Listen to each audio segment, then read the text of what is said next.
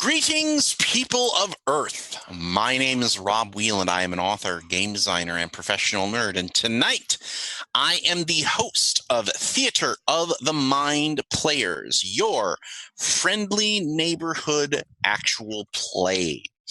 We are at a finale point in our game here on Theater of the Mind Players. Not just a finale for our Delta Green show, the T-Cell tapes, but also as a finale for our season.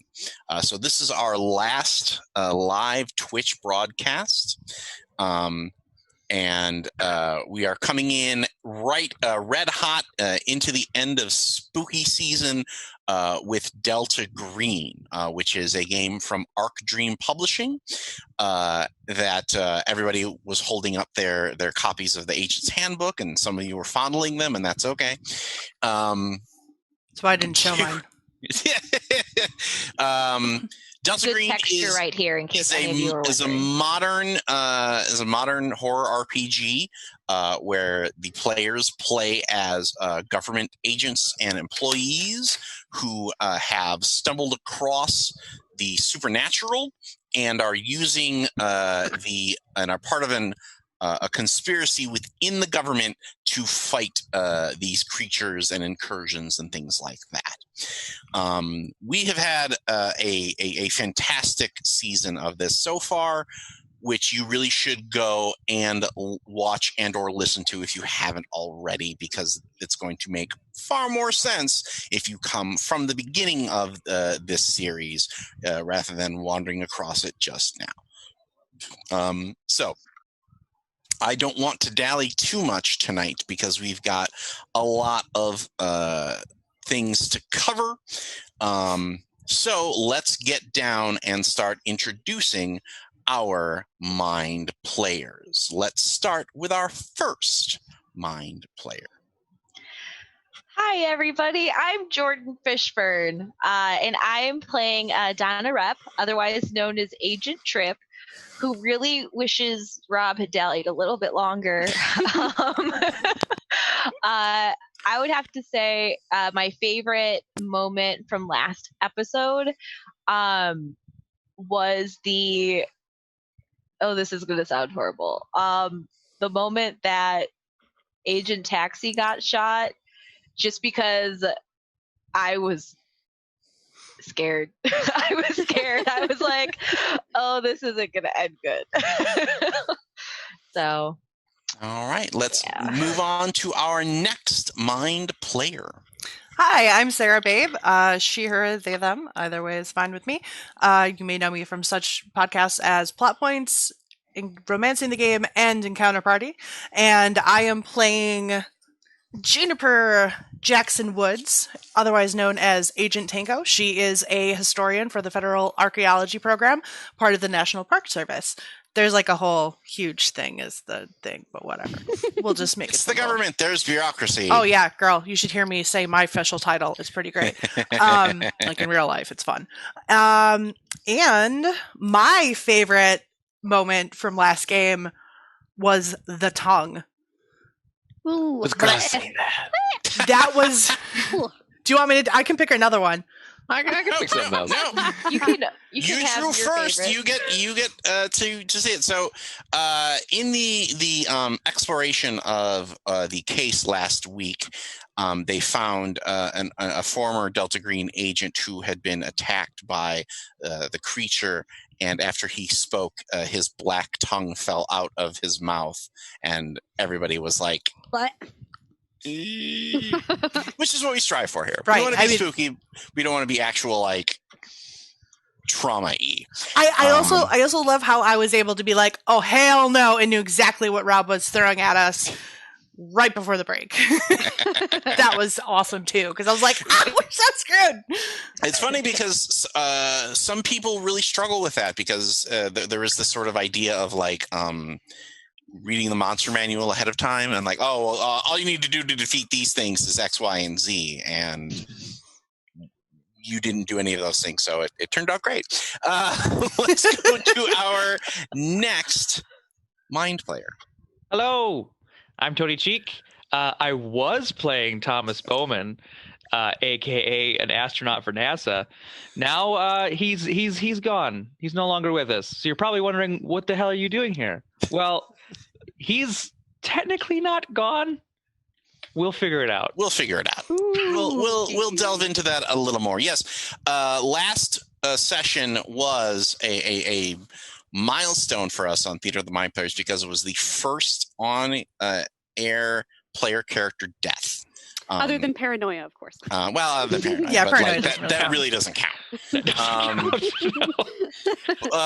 But it's interesting. I almost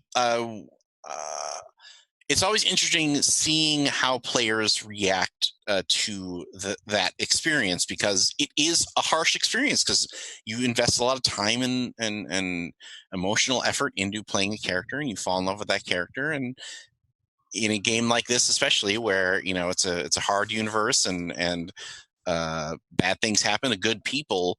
And as far as I know, Tony hasn't killed me, so I think he's taking it okay. Yet. I'm cool with it. I'm good. Unless Rob is an animated corpse right now, we would never know. Yeah, I might have delved too deep into Cthulhu. Tony could be a reanimator. I am not a reanimated corpse, Brains. So let's go to our next. You want to know my favorite moment, Rob? I'm just kidding. Go ahead. Let's move on to our next mind player, Brains. Hi, I'm Ethan Eichson Anderson. I am playing Philip Wilson, also known as Agent Tidings, who is a sniper for the Coast Guard. My favorite moment. Do you use a water gun if you're a Coast Guard sniper? It's a super soaker, actually. Are you kind of like Mermista? It's like a super duper soaker. Yeah. Sorry, go ahead. I'm honestly surprised you hadn't already done that bit. I know. Like, I'm so disappointed in myself. no drop. I left the second. I'm a reminder to all of you, last episode, get your jokes in now before it's over. I'm going to pick my favorite moment as the continuing joke that we can't drive. Yes. Dang it. That is kind of a recurring theme of Yeah. like nobody took drive. That's fair. And it's funny that Tony brings up like get your jokes in now, because I ran into it in a forum thread, somebody who was like, I want a horror show where they're not making jokes all the time. Like, I want them to take it seriously. And I'm like, ours does that.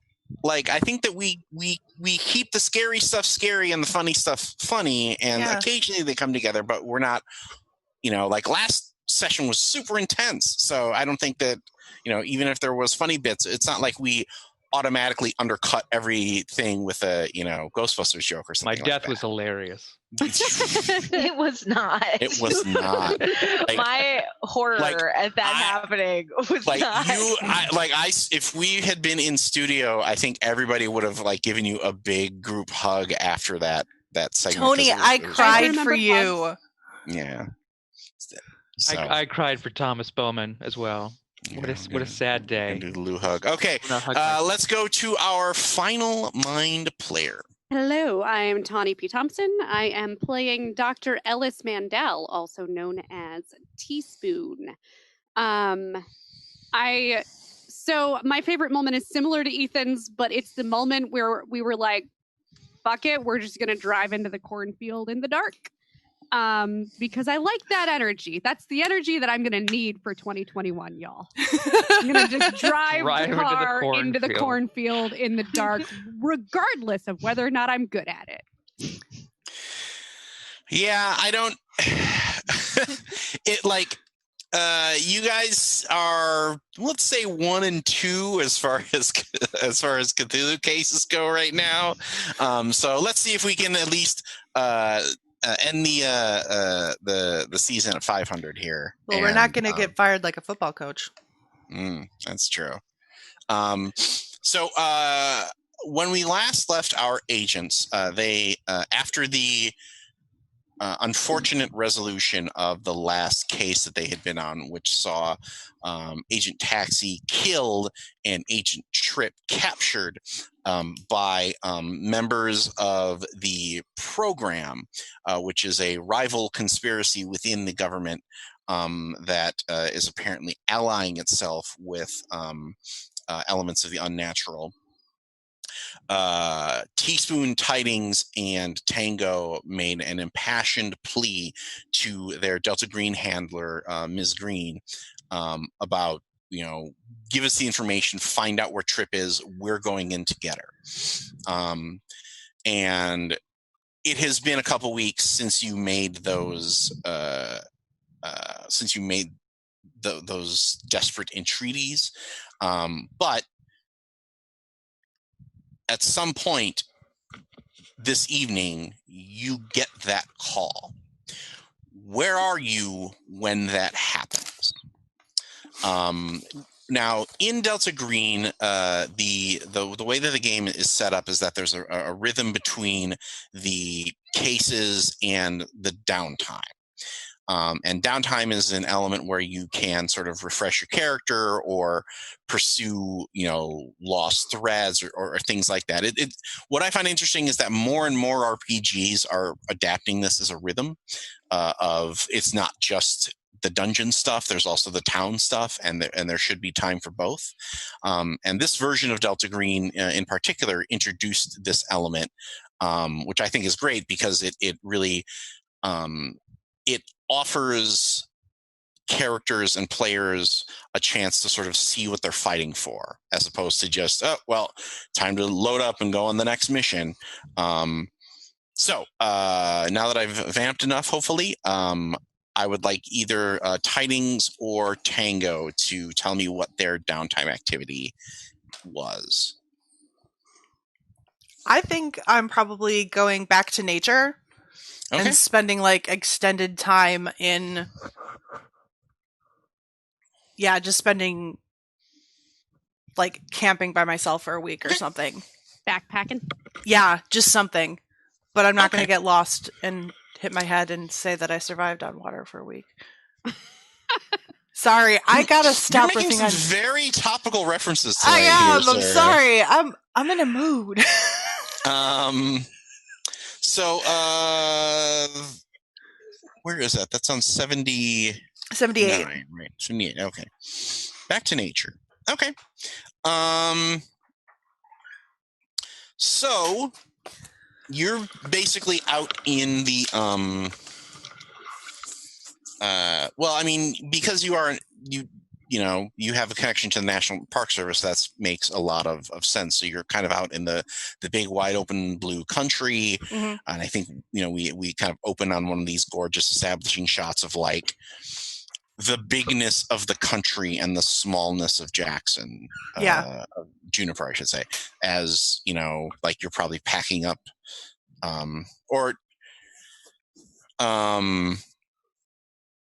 Probably doing like sunrise yoga. Okay. So maybe, and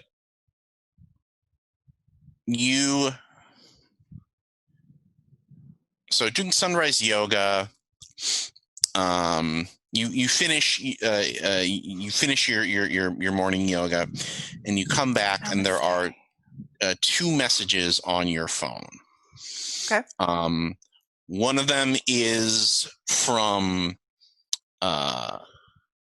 probably Mandel. Is like, it's on. Come back to DC. And the other one is from the person whom you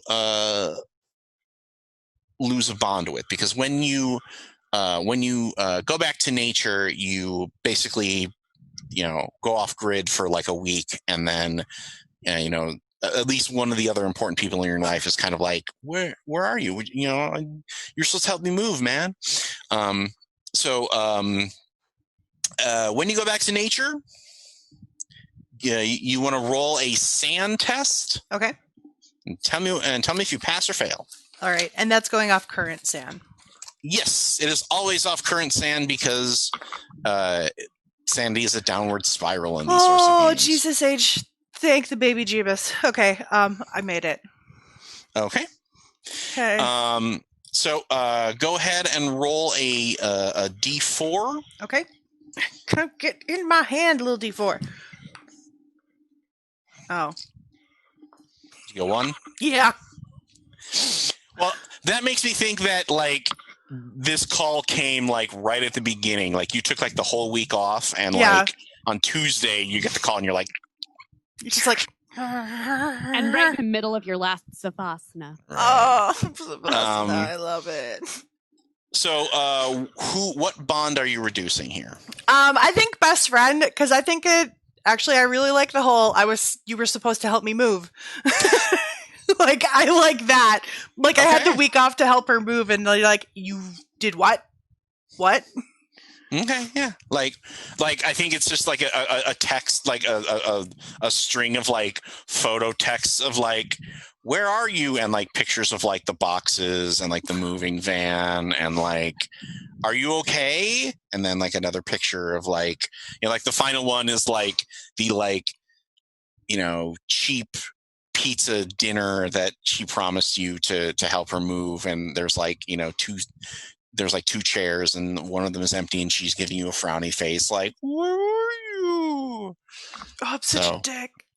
Yeah, that's unfortunate. What happens when you? So do I like lose the bond completely? No, you lose 1 point in the bond. Oh, okay. That's not too bad. Like, she's mad, but you'll probably be able to come up with some BS like, there was a training thing, or there was a forest fire or something that I had to go and deal with. Right. An archaeological emergency, and of course it was in the middle of nowhere, and I had no cell service.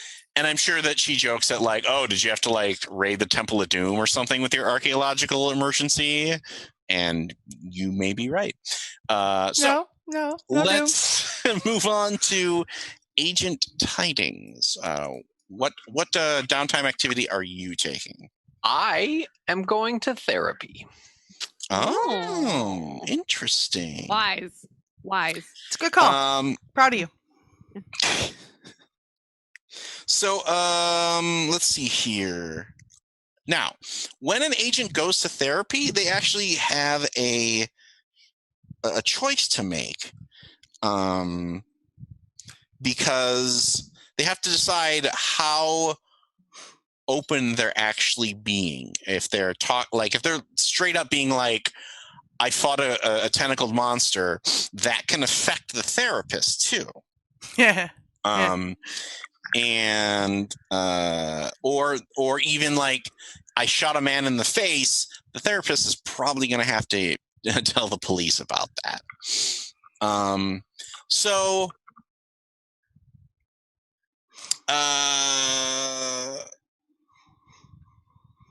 do you want to describe your therapist, or should we You jump on it. workshop that? Okay. Yeah. Well, you see, agent. No, we're not. No.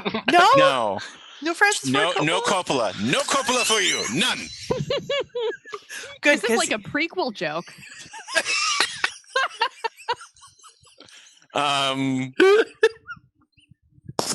So I think well, who would Tidings, like, is there a specific, like, would Tidings be more comfortable with a male or a female? I don't think that really makes. My thought is probably whatever the Coast Guard is willing to pay for. Okay. Exactly, the Coast Guard registered first on the list. Okay, whatever your insurance will cover. Yep. Fair enough. Yep. I mean, that's fair. Okay, so I think it's probably an older lady. Yeah, an older lady. Short, pixie silver haircut, wearing a like a blazer and a professional demeanor. Like, she's not super like huggy or anything, but I think she does take pride in helping out veterans, because I think her ex-husband was a veteran. I think he's probably dead now. So I think maybe she sort of gives her time, a little more of her time, to people of from that nature, just because of her connection to it. I think her name is Catherine. Catherine Salzberg is the name we're going to go with.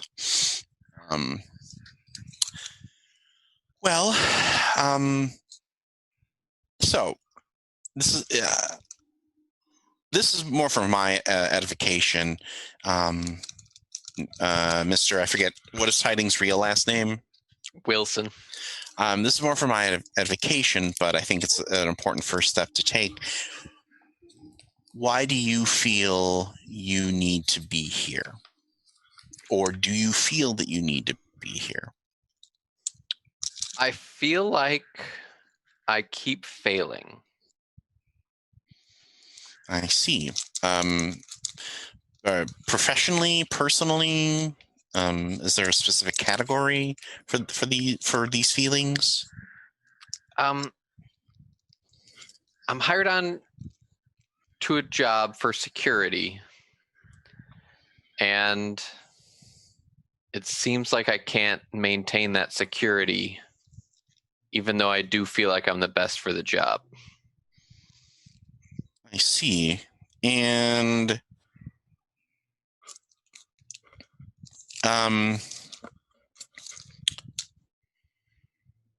what sort of security? Well, okay, that's a difficult thing. Why do you think you were hired for this job then, if you don't think that you can do it? She, of course, is, writing as you like. She has a big old school yellow legal pad that she is writing on. I know I have the skills to do it. It's just I feel as if the situations are out of my control. So feelings of helplessness? Yes. Why do you feel helpless? Why do you feel helpless? Are they beyond your control? I feel as if they shouldn't be, but I think they might be. Why? Well, can you give me an example of a failure that you can illustrate this idea with?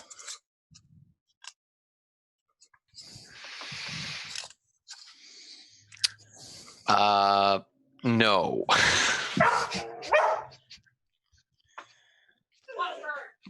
I see. Why are you unable to talk about it, or are you unwilling to talk about it? Unable. Okay.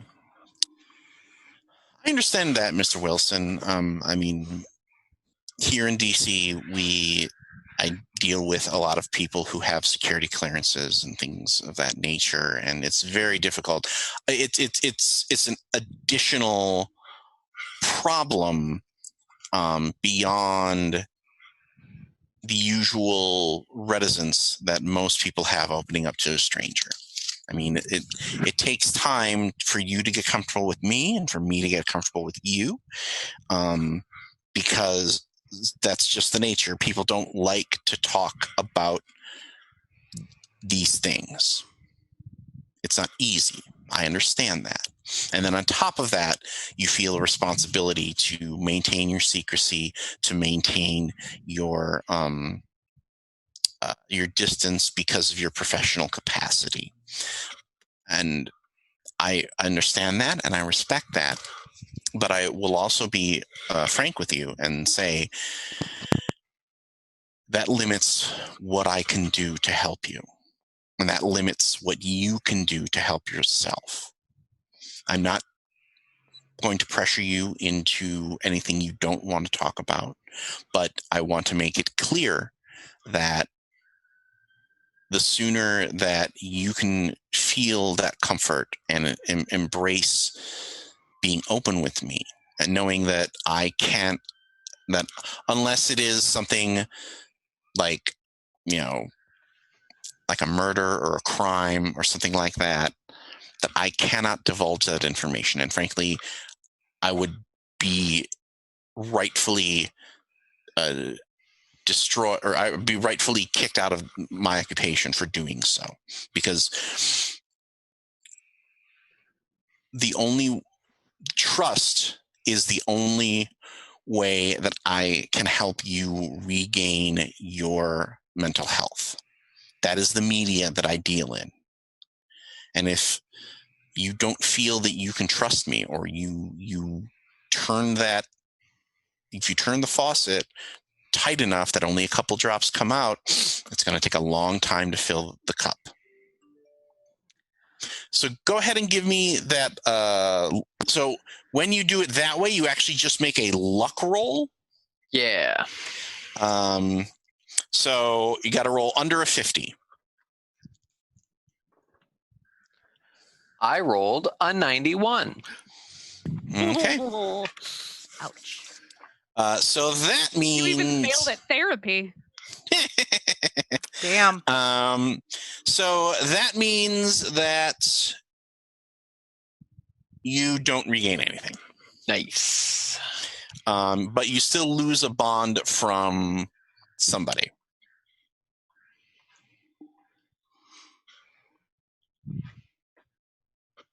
Who are you choosing to lose that bond from?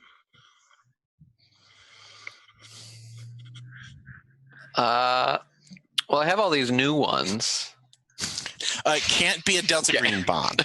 Nice try. Okay. Then I think I'm going to take it off my sister. Okay.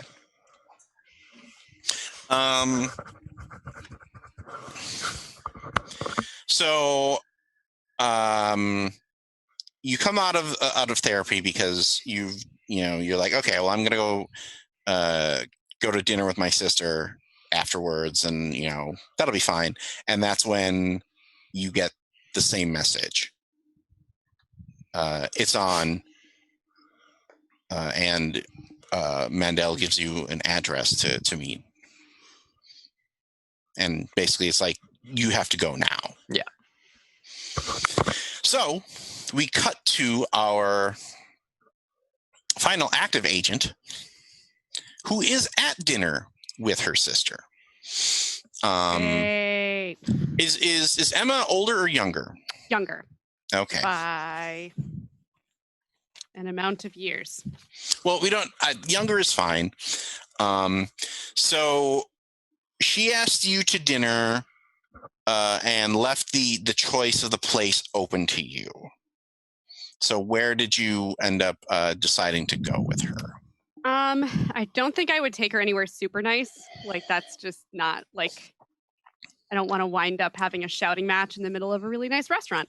Well, I like the fact that you're already like, we're gonna fight, so we might as well. So Like- Golden Corral. No, I mean, I think it's like, mid-level. If we're gonna have a Golden Corral, at least let's get a deal in place, guys. Come on. Olive Garden. I'm not gonna eat there. Like a mid-level, Olive Garden. Well, you had to be Cup family at tavern Olive Garden, type. right? Yeah. So like a chainy place, or like a local place. Probably a local place. Okay. Aw. So probably like in a mid-level Italian restaurant. Yeah. Okay. Pasta's always good. Okay. Like Papa Luigi's. The Flying Spaghetti Monster. No.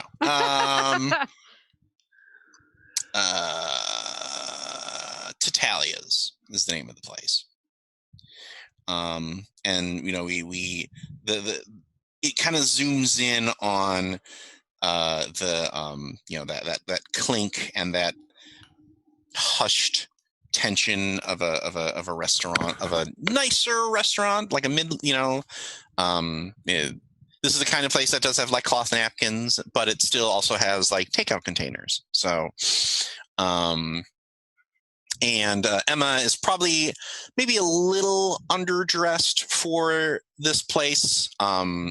Like she's probably, I imagine she's wearing a like a kind of beat up leather jacket, but she's got like a nice shirt on. And she's got like makeup on, like she looks like she's kind of almost like dressed up for a date as opposed to like a dinner with her sister. But Alice is also very famously like, tie and blazer and that kind of look.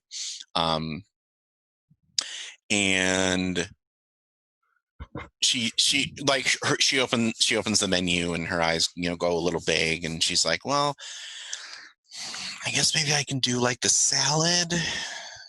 Like, do they do but maybe the thing, she's like, do they do like a all you can eat salad thing, or is that not this? I mean, it's not really an all you can eat kind of thing, but they have salad. The salad is okay. It's okay. It's salad. So I mean,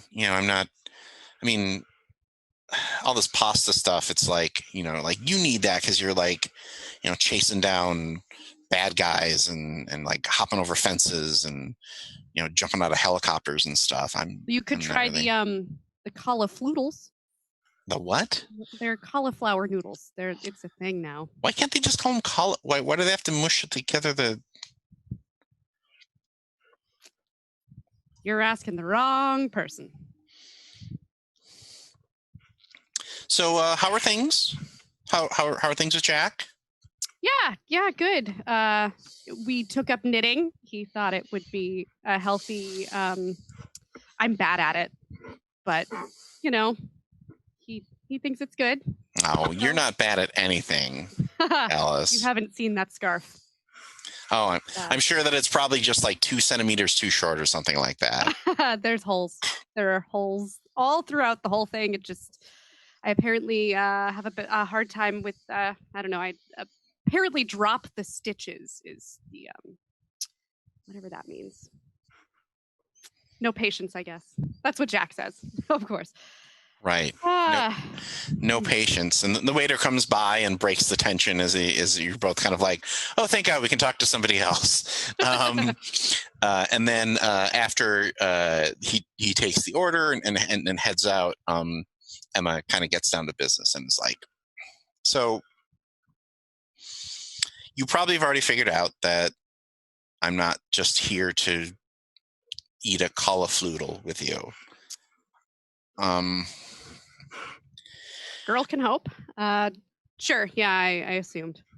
And she reaches into her pocket and pulls out an envelope, and she gives it to you, or pushes it across the table. So there's this producer. He contacted me a few months ago, and I flew out to LA to meet him. He seems, well, I don't know if good is the right example here, but he seems interested in doing a story about... I'm going to stop you right there. You best be telling me that you've decided to start writing scripts and that you wrote this really cool storyline and he'd like to produce it for you. Why do you interrupt me like that all the time? Because I know exactly what you're going to say, and you know exactly what my response is going to be. And yet, here we are, having the conversation. Go ahead, fine. Rewind. I never said anything. Continue. Finish your sentence, Emma. You always do this. You're like, oh, let me take this conversation 3 steps forward, and then, oh, never mind. I'm just going to hop it all the way back. Go ahead and say what you're going to say so I can bitch at you more. Am I usually right when I do that? Or is there, some kind of qualm that you have with my interpretation of... Well, good for you. You won the score again. Congratulations.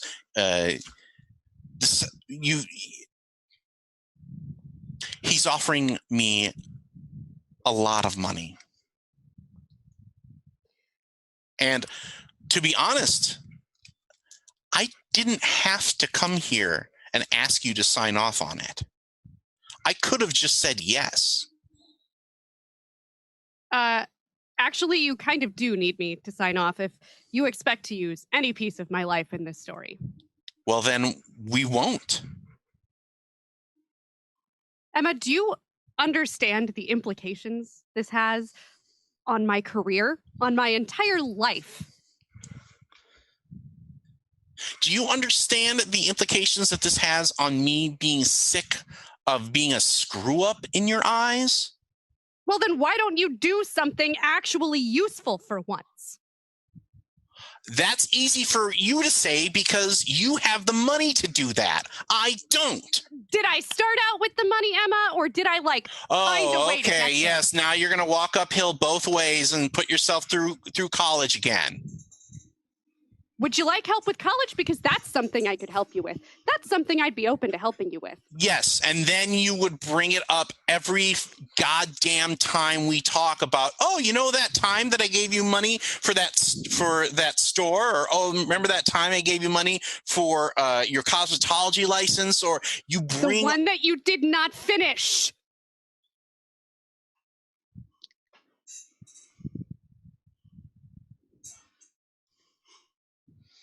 Okay.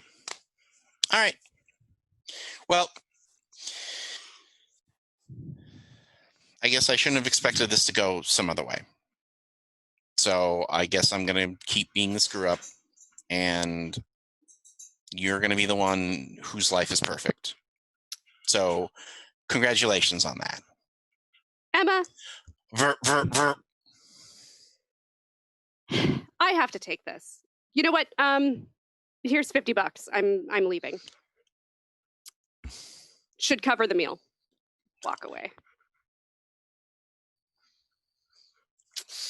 Ouch. Yeah, I'm just over here meticulously arranging my dice because I'm really on edge. That was I needed uncomfortable. to have a teacup for all that tea that got dropped in that conversation. Oh, Jesus, Tawny.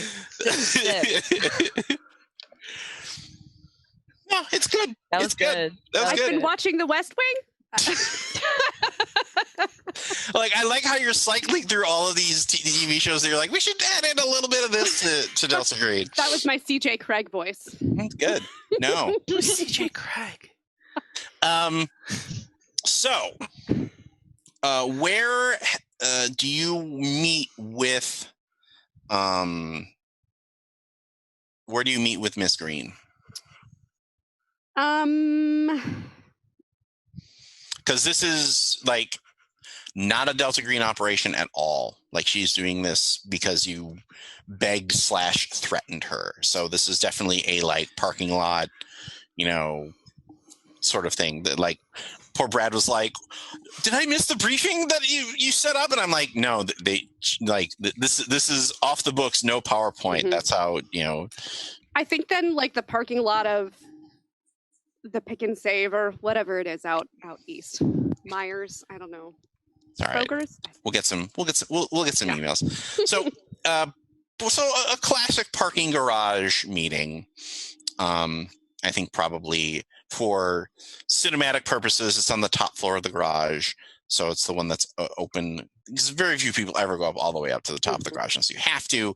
And there's, a scattering of famous Washingtonian buildings in the background that people will be like, there's not a parking garage there. But it's okay because it's all green screen. She's waiting for you by I want to say, like, maybe late 90s sort of model, like sedan. Like, this is not a James Bond limousine at all. Is it green? No. She's like, the one failing is that I did not actually get a green card. But when each of you arrives kind of singly, and she's silent until everybody gets there, like, even like attempts at small talk or anything like that just bounce right off of her. She has in her hands a file folder. So here we are. I'm going to miss Cynic vistas like this.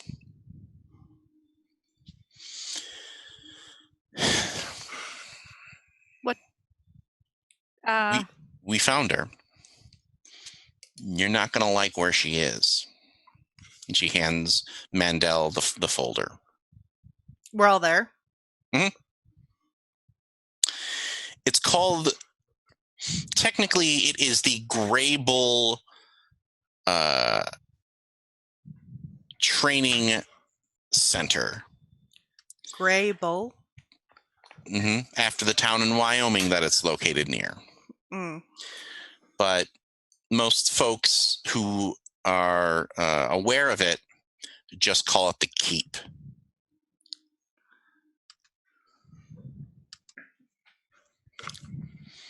It is, for all intents and purposes, a private military base. In case you're wondering, that includes things like training facilities, tactical ranges, ballistic houses, shipboarding simulators, airfields, and drop zones, and even a tactical driving track. It's quite an impressive brochure if you have the clearance or the means to afford them. This is where Castle Rock sends all of its. Not only is it where Castle Rock sending all of its boys to train, but LEO and even military people sign up for week-long fantasy camps, essentially, to learn how to do all that stuff that you see in the movies. Sarah, you're on mute. Thank you, sorry.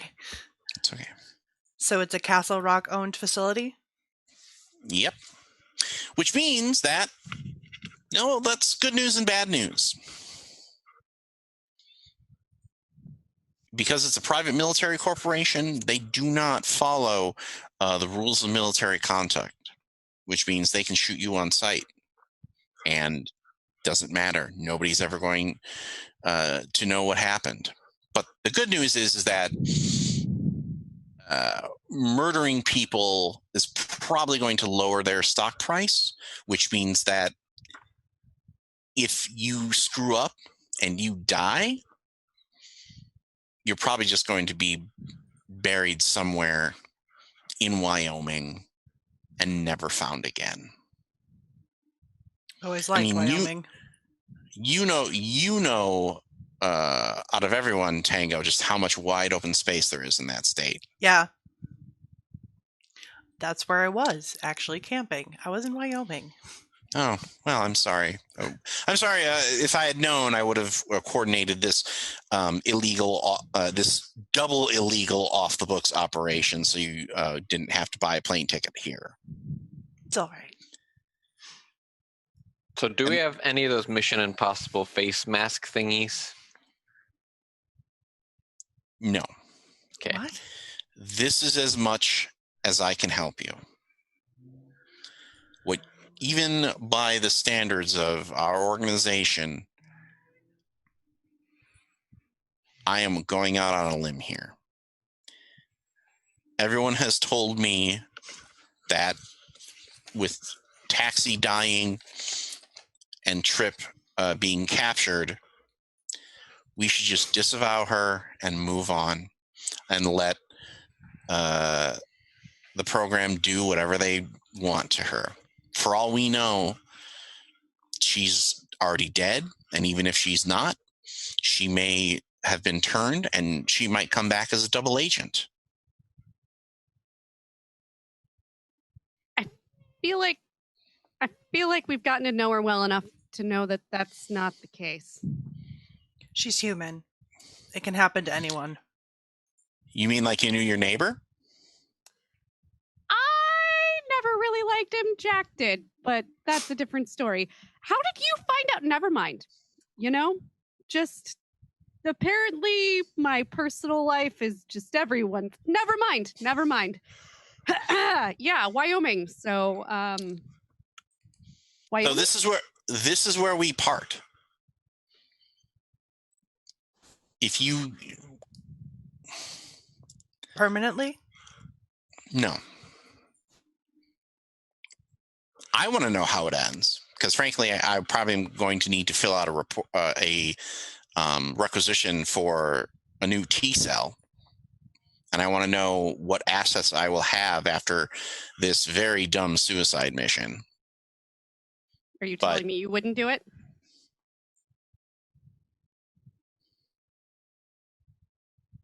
Is that going to make a difference? A lot of agents wouldn't do this. Just saying. I read people reasonably well, and I think you probably would. And what if I told you that it didn't work? That it was an absolute mistake, and that I was the only person who came back? Would that change your mind? Don't think it would. Well then. So, good luck. Try not, and if you're going to die, try to do it quickly. We'll take them with us. She gets back in her car, turns the engine on, and starts winding her way down the parking garage. Well, that was ominous as hell. Cut to.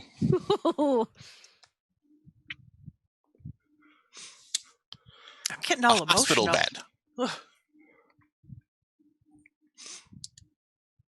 It pans up the tucked in legs to the arm by the they have the little dividers, like it looks like a hospital room, except Trip is very clearly handcuffed to the bed. You don't know how long you've been here, Trip, because they have actually kept you kind of drugged up. you know you've been here for a while because your wound is healed. But beyond that, this is probably one of the first few moments of clarity that you have had since you were in since you were in the space plane in Kansas. Like, well, you have like your medical training kind of tells you like, okay, if my wound is healed, I've probably been here for at least a week. Mm-hmm. Like you're kind of starting to do some of the math of like, all right, so they've probably got me on this, and they've probably got me on this. Like, okay, there's Dilaudid. IV, that's probably that, that's probably this thing, that's probably that. Ka-clunk. They still think that I'm a flight risk, so they're keeping me alive for something. Mm-hmm. Have I seen Woody? You Don't don't remember. know if it was him or if it was a dream. Like faces have been just sort of washing past you during this time. Although there is someone in the room with you. Taxi, what do you look like? How are you dressed? I think that I look just like I did when I died, but with a big head wound. Oh, gross. Nice. He's just sitting in one of those uncomfortable hospital chairs, like flipping through a magazine. Is there any other kind of hospital chair? Like, really? No, that's fair. There's some. How close is it to how big is this room? How close is he to me? It's a private, like you're the only person in this room, so it's probably like a 5x5 or like a 5x10 or 10x10 kind of. Actually, 10x10 is probably about right. Okay. And you just hear the snap of the pages. Wow, they must have me on something good. I didn't realize I was hallucinating. Honestly, I expected you in a spacesuit. Not the leftover hazmat. I see you're alive and well. Maybe. I don't know if I'd consider this well, and I don't know if I'd consider me alive if you're here. Well, you don't have this in your head, so there's that. Yeah, that's true. They seem to have healed me up. Lucky you. You There is a doing knock okay? on the door. Are you okay? If I say no, will you let me leave? You sound great. The door opens up and in walks Woody. Nice to see ya. Nice to see you too. Are you ready for your interrogation? It actually doesn't matter. That's more of a theoretical question. I honestly couldn't tell you anyways. I think while while they're talking, I'm miming blowing his brains out. Okay. Well, we'll wheel you into the interrogation room and get started. Okay.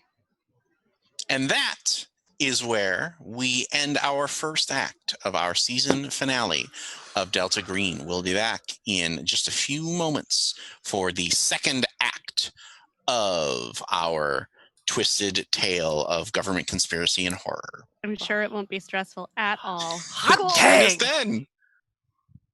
And we are back with Act 2 of our 5th episode of Delta Green, the T-cell tapes, here on Theater of the Mind Players. When we last left our investigators, they had gotten the information about the whereabouts of their lost associate, Agent Tripp, and the news was not good. Tripp is being held at a location known as the Keep, which is the private military training facility of Castle Rock, the private military corporation that is part of the program, the rival conspiracy within the United States government. So for Tango, Tidings, and Teaspoon, where are you planning this op? Teaspoon's house. I'd be fine with Teaspoon's house.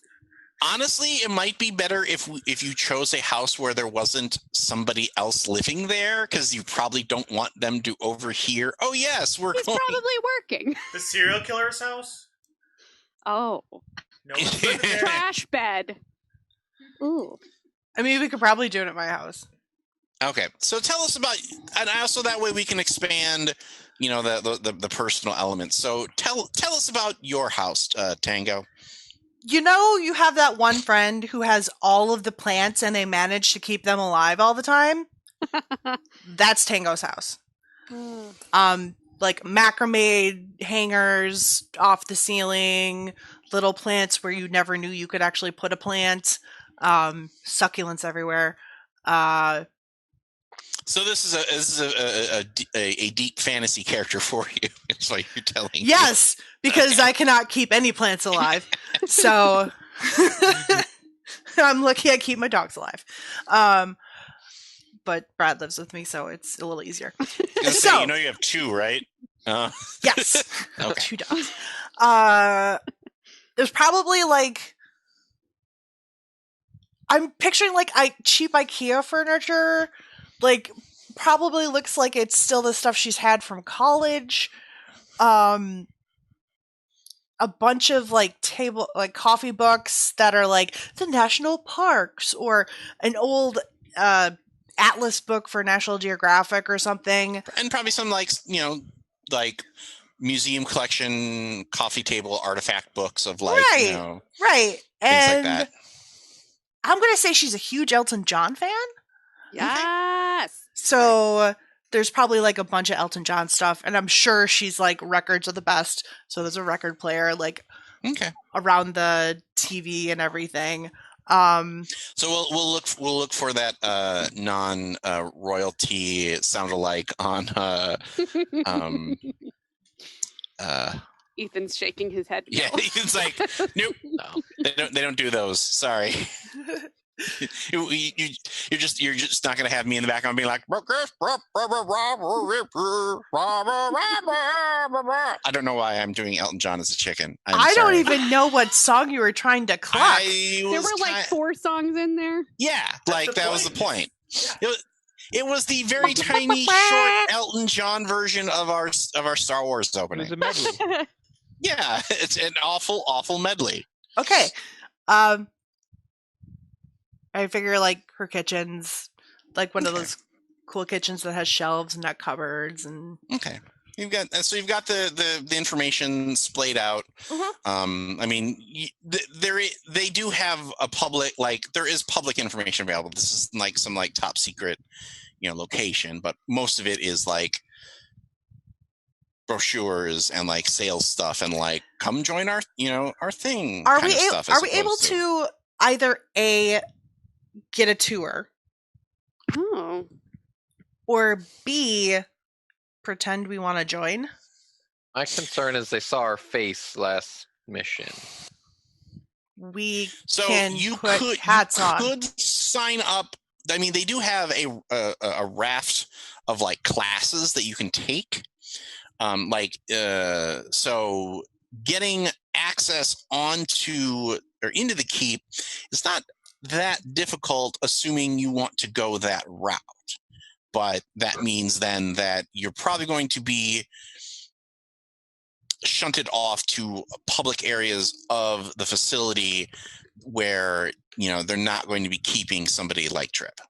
Can I assume we've done some legwork and gotten, Yeah, satellite photos and like those kind of things? Well, Google Earth. more like Google Earth type stuff. Like, unless you are doing stuff within your agencies, but that also kind of runs the issue of the agency being like, why are you asking about this stuff? Would this be bureaucracy, perhaps? Or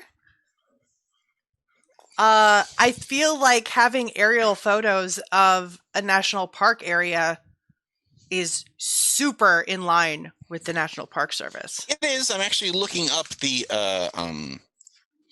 they actually have rules for this. So like incidental expenses, things like that.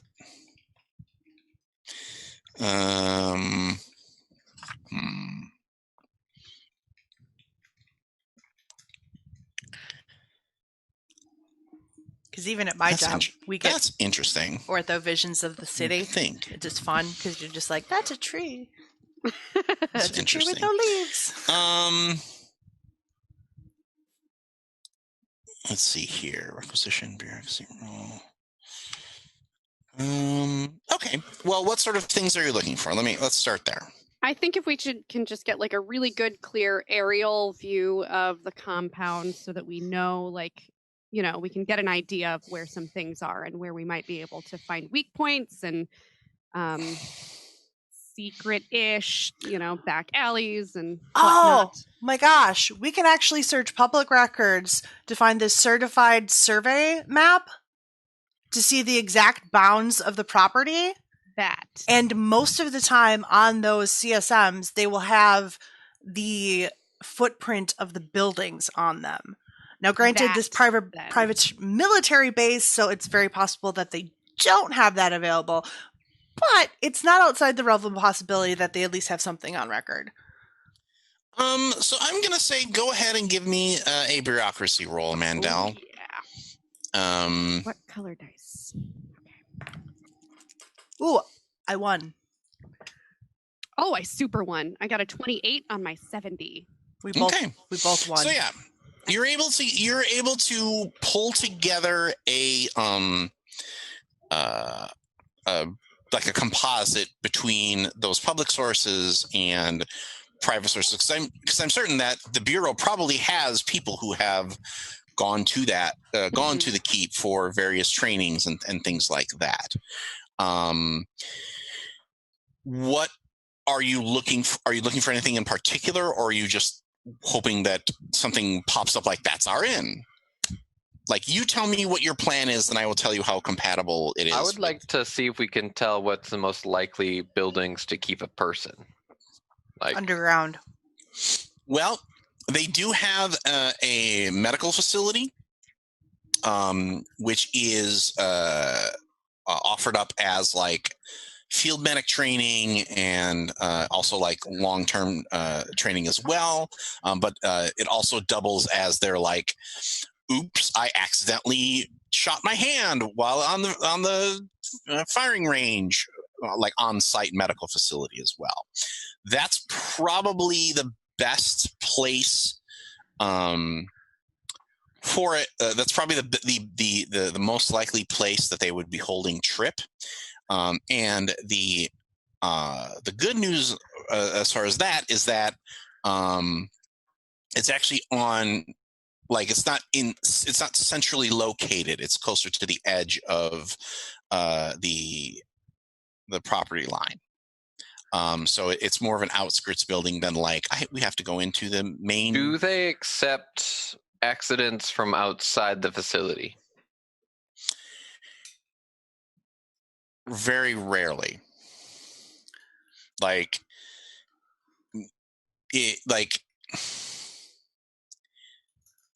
Yeah, very rarely. If there's trained medical care staff, I mean, if there's EMTs and paramedics and stuff like that, they are kind of required, depending on the area. I mean, first responders, if somebody crashes into like the wall right next to their medical center. That wouldn't be a very quiet way of doing it, though. Or Were an you going to ambulance do a shows up quiet at the way? gate. Were you really going to do a quiet Yeah, we don't really do I quiet. mean, we might maybe start quietly and then Teaspoon. grow less. Let me reiterate what I know of my players. Do you remember when we tried to sneak last time? It went very, very poorly. Yes. Yeah. Yeah. So, corn Tidings, is not did you my have a plan? jam, apparently. My plan involves us acquiring a lot of assets that I don't know if we can get, including a dead body, squirrel suits, a helicopter we can destroy, and... Follow-up question. Anyone here ever use a squirrel suit? All right, that's what I thought. So, I've watched YouTube videos of other people using them. Can we keep that as Plan T? oh, There's a lot of letters between Plan A and Plan T. Uh-huh. yeah. Yeah, especially since it's T cell, that actually That's- might be the first plan. So you might want to. Uh-huh. I said it because it's very high up there, but okay. We could So the fake accident is not a terrible plan. So feel free to workshop other stuff, but I like compared to the let's crash a helicopter plan, that one seems much more likely to achieve. I think the only other option that I was kind of thinking of was we sign up for a weekend, seminar for emergency medical training and then actually, get lost. Yeah, that would be like, basic CPR and field medicine type shit. They're going to take us right in there because that's... And if we all wear fake mustaches, we shouldn't be able to get recognized. Maybe if you ask Rob nicely, he'll also give you a single % additional in first aid. Since I'm about to die, you guys might need some of that. Listen, my 10% in first aid will be thoroughly adequate enough. Could we bureaucracy our way into some false identities also? I'm sure we'll run up some red flags somewhere and maybe get in trouble at regular job, but... I mean, we could probably just go as regular job. I mean, like... But if BlackRock knows who we are... Yeah, I'm more worried about Woody instantly flagging our names Castle anytime Rock. they come up in the system. Sorry. Yes, Castle Rock. The fake one. Blackwater. Castle you. Rock. Happy Wednesday. It's been a rough week. Yeah. It's all right. I think you can do that, but I think it's going to be a bureaucracy roll at -20. Okay, let's find out. I believe in you. Yes. Woo! Yay. 36 on my 70, which would have been a 50. So Good deal. the turquoise dice are here today. Yay. So yes, you are able to pull together. Are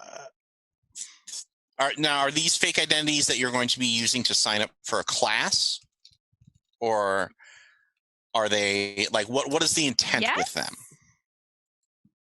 Does that feel like the best option to y'all? I think it's going to be the best option because if we take, I would assume we're going to the medical facility. I mean, it's a lot of assumptions, but one of the things that you do that way then is basically you come up with like, oh, we are all members of the San Dimas, Police department, and San Dimas high school football rules. San Dimas Police Department rules, yeah. Or whatever town you want to, like, probably some small town that, you can probably get away with. Oh, we got some, DHS funding that we got. Rochester, Wisconsin. All right. we got some DHS funding that we have to use or it goes away by the end of the year. So fine, we'll fly out and take we'll take a first aid course. Maybe we'll get some hunting in too, Oh. Yeah. Ugh. You never know. Tidings might be into it. Maybe. And Tango. I mean, Hunt is Maybe. pretty- Yeah, I mean, I think that seems like the path of least resistance. Okay. Right? and most interesting role play. Yeah. Oh yeah. Well, I think it also would have been fun to stage a fake accident and then bonk some med techs in the head and go back into the building. But We can still bonk some med techs in the head. They could still fake an accident too. I mean, That's true. We could be doing the first aid class and accidentally cut off an arm. You never know. Let's go for some. Why are you saying that in front of your dice? Because they've been behaving so well so far, and they're like, "Yeah, they couldn't they?" That's how these things happen, Tawny. Like, you should know that by now. I like firearms. It's okay. I didn't mean it. Okay, They're fine now. we cut back to the interrogation room, and basically you were wheeled out of your hospital bed, or you were wheeled out of your hospital room and taken to something that's more akin to the two-way glass metal table, police station, TV police station setup. You are sat in your hospital gown with like an IV, but you are not actually handcuffed onto the table. And you think that's because when Woody returns, he brings a guard with him. I have a question. Mm-hmm. Do I have a pretty good idea what they have me on? Go ahead and give me what is your medicine skill? My base medicine is 60.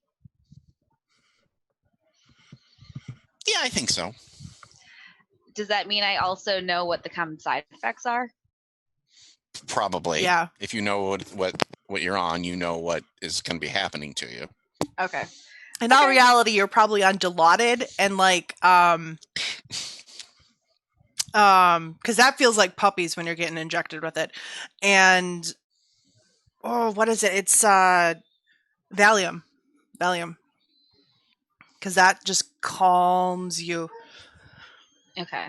And maybe some Benadryl to make you sleepy. Okay. Is Taxi in the corner? Yeah, Taxi, where are you? Yeah, I think I'm just in the corner with like my arms folded, just watching. Are you like in the corner, or can I see you in the mirror? Yeah, I'm probably behind me. I'm behind you for sure. Yeah. Yeah. Okay. No pressure. Yeah, maximum uncomfortableness. Mm-hmm. Very haunting of Hill House. Woody has a cup of water, and he puts it in front of you, and he has a Castle Rock mug that he's drinking out of. Donna is zoned out, just staring at the mirror, like looking directly into Taxi's face. Like she's playing up the loopiness and everything on the drugs that she's feeling, leaning into the presumed side effects, pretending they're hitting her harder than they actually are. Okay. I think Taxi sees her looking at him through the reflection and is very creepily as I possibly can. He's just dead staring her in the eyes. Even when she takes her eyes off and looks at Woody, he's still... Okay. So, Donna, healthcare in this country is very expensive. I'm sure you're aware of that, especially the kind of healthcare that is required to survive a high-powered rifle shot. Do you know how many thousands of dollars of care that you've racked up here? I mean, what's your insurance?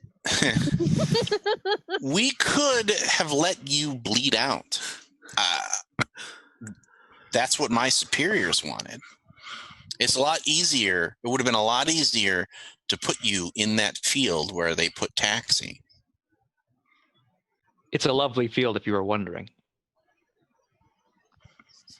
That might have been pretty. But I thought differently. I thought that you might be willing to trade your life for information. I gotta be honest. I mostly just know how to stitch people back together. Well, that's useful. But I would like to know more information about your cell. The balls on this Woody guy, Trip.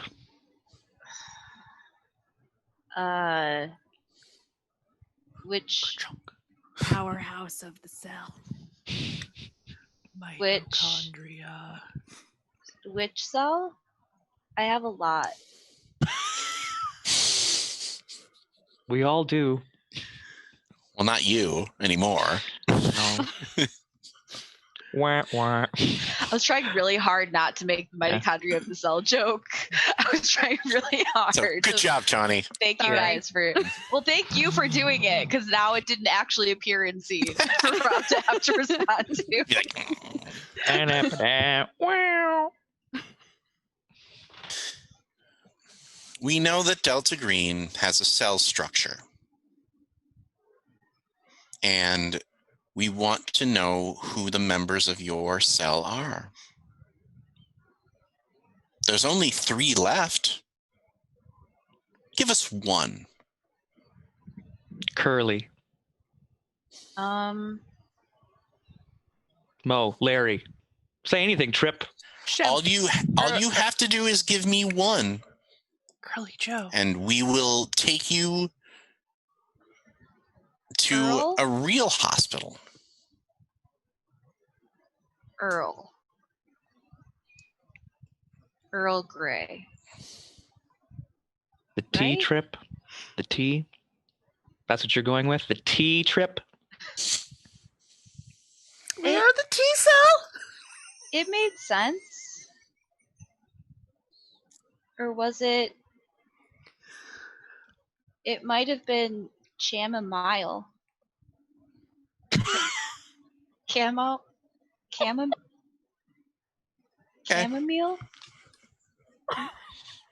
Okay. And she bends over and vomits on the ground. So go ahead and give me an acting roll. Oh no. Can it What's splatter on that? his shoes? Is that a persuade? Is it? Oh yeah, let's see acting's here. not an actual thing on here. Oh, that's from, dang it.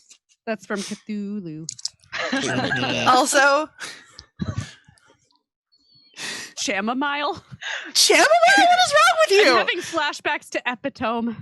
It was on purpose. I know. But I'm still having flashbacks to Epitome. Yeah, it's a good one. I was initially going to do something dance related for tango, So go ahead and give and I me went more closer to teaspoon. So Yeah, go ahead and give me a persuade. You're persuading them that you're puking. Minus 20, though. but I did so good. Well, wait. Pretending. Tell you what. Give me a medicine roll first. Okay. Should I use same die or 2 die? Same die or 2 different die? I'll do this one for this one. My medicine is 60, and I rolled a 46. Okay. So instead, it'll be a straight persuade roll. Okay. Should I roll the same die or different die? Same. It did well. Okay. Reward the dice that do well. Okay. This is the message. Connie, you've lost your mind. Well, I rolled a 76, so. Well, they're done now. They're out of good juju. You squeezed that lemon dry. Oh, sorry, that was 79. Okay. Yeah, they're really Hey, out of good juju. At least it wasn't 77. That's true. That's correct. I would have probably had taken more off my fun. headphones and exited the room if that was the case. When your head comes back up after you puke all over the floor, there is a syringe on the table.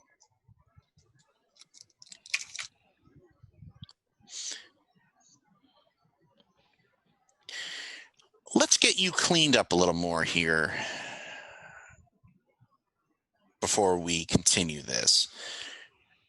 And he waves to the soldier, who grabs your arm and holds it down onto the table as Woody checks the syringe and injects you.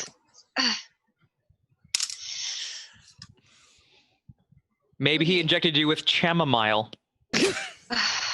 Woody, you, not to be disrespectful, but your bedside manner could use a little. Hey, I'm making this up as I go, Trip. And Anything fun in there? No, we'll let you cool out for a little bit, and we'll talk again. And the goon scoops you up and takes you out of the room. Go ahead and lose 2 willpower points. Fuck. Like, because you can feel this kind of fire in your arm, it's a weird combination of like that post flu shot tingling and like a sunburn on the inside. That bodes well. Meanwhile, or unless Taxi, did you want to have a discussion with her in the back of the sure. hospital? Yeah, sure. No, let's save that, because that way we Okay. can cut to that scene of you guys talking. All right. So what was the police department again? I'm sorry. Rochester, Wisconsin? So the Rochester, Wisconsin Police Department? Yes. Okay. Arrives at the keep, and you come in your you come in civilian clothes. A question for Teaspoon and Tidings. Are you bringing your hardware? Yeah. Oh, yeah. Like, that's probably easier for you to do. What about Tidings? Yes, the little one. What's the little one? The handgun. Okay. That's like just my double barrel repeating auto shotgun, not the sniper rifle of doom. Okay. Not the rocket launcher. So I guess, how does Tango feel about being the only unarmed team member here? You know what? I am a member. You okay with it? No, I'm alright with it, because I'm technically a member of the what's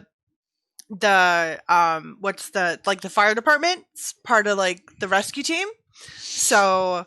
Oh, so you went fire, and Teaspoon and Tidings went police? Yes, we will do that. Okay. I am. Sure. I am fire department.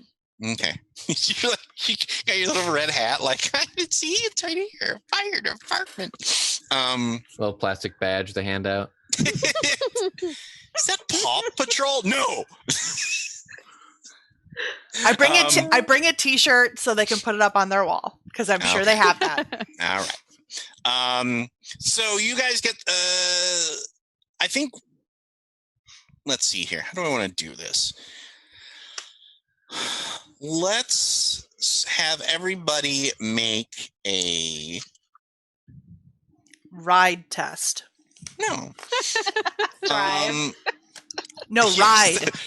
ride. Like Everybody yeehaw. give me a alertness and or a search roll.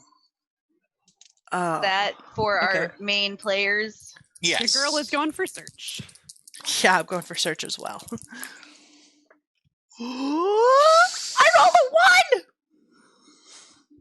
1! Okay. I rolled a 55. Okay.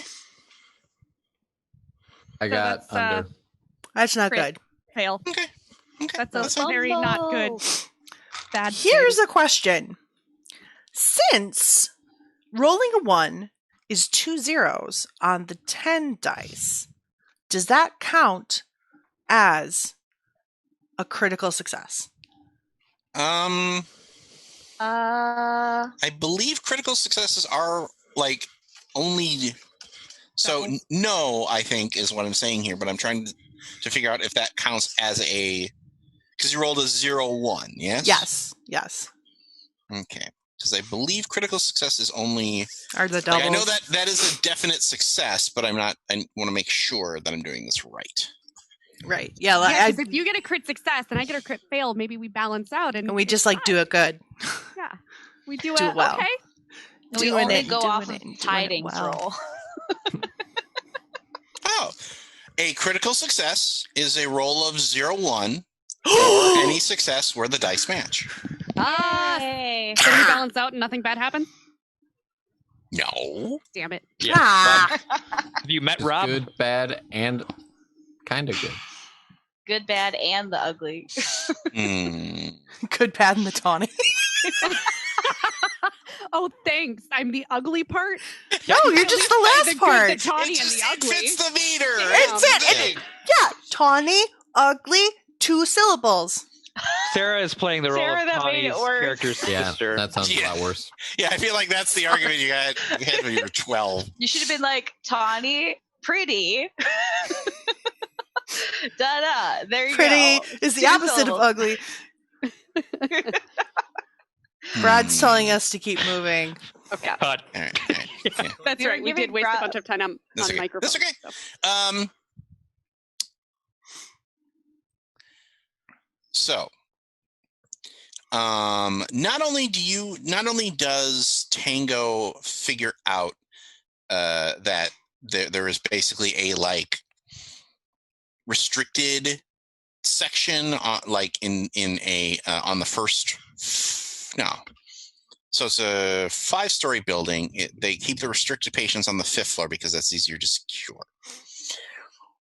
But you also know that you're also able to observe that there is a nurse who works on that floor who basically really poorly, really obviously violates security by like propping open a fire door so she can go out and have a cigarette.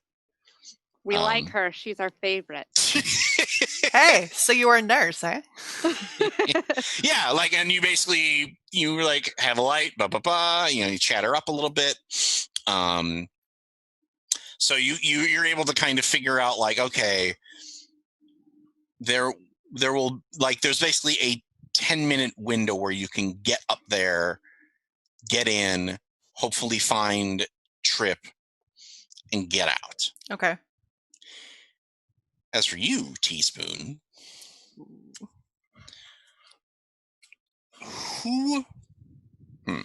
trying to figure out, like, I feel like the obvious choice is somebody recognizes you. Ooh.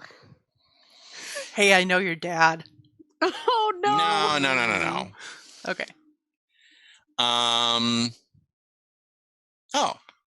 I think you are at like lunch one day and you look up and you see somebody else from the BAU eating lunch and they see you. And they're like, Dr. Mandel?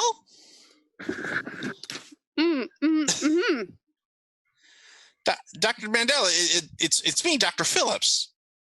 Dr. Phillips. Yes. Hello. I didn't. It's so good to see you. I haven't seen you since we worked the Niederlander case together. The Niederlander case. What a case. Do you mind if I join you? You know what? I was actually just wrapping up. I have a scheduled. There's a call I need to make, and I was going to use half of my lunch break to do that with the phone that I have. Oh, that's too bad. I mean, like, it's kind of awkward eating meals here because it's all these like military buzzcut guys. Well, I mean, okay, I could. But I mean, if you're busy, I can. No, it's 5 minutes. I got about 5 minutes before I have to do the phone call. Well, no, I mean, in 5 minutes, I mean, it's okay. I'll just go eat by myself. It's fine. Oh no, it's fine. Really, seriously. Actually, you know what? It's just. We can catch up later. I'll text him. It'll be fine. Okay. Yeah. Give me a persuade roll here. I just realized I could probably pump this person for information if I'm smart about it, but I was too late realizing that. Oh no. Not if crit failed, but I failed. I got an 83 on my 60. Okay. For the love of fuck. Join me in death. Okay, turquoise dice are done. They go in jail. This is jail time. Join me in persuasion death. So, Dr. Phillips sits down. And I think what happens is like you've been so focused on trying to find Agent Tripp that you have done like zero work on a backstory for your trip here. Like, especially with you, like even like you were like you figured, oh, we'll be these police officers from this small town. Nobody will give us a second look. Maybe you had done some prep for that. But for you as you, absolutely not. No. So what case have you been working on these days? Anything interesting? You remember the cult with all of the cults? They had all the satellite groups. I'm still digging in on that.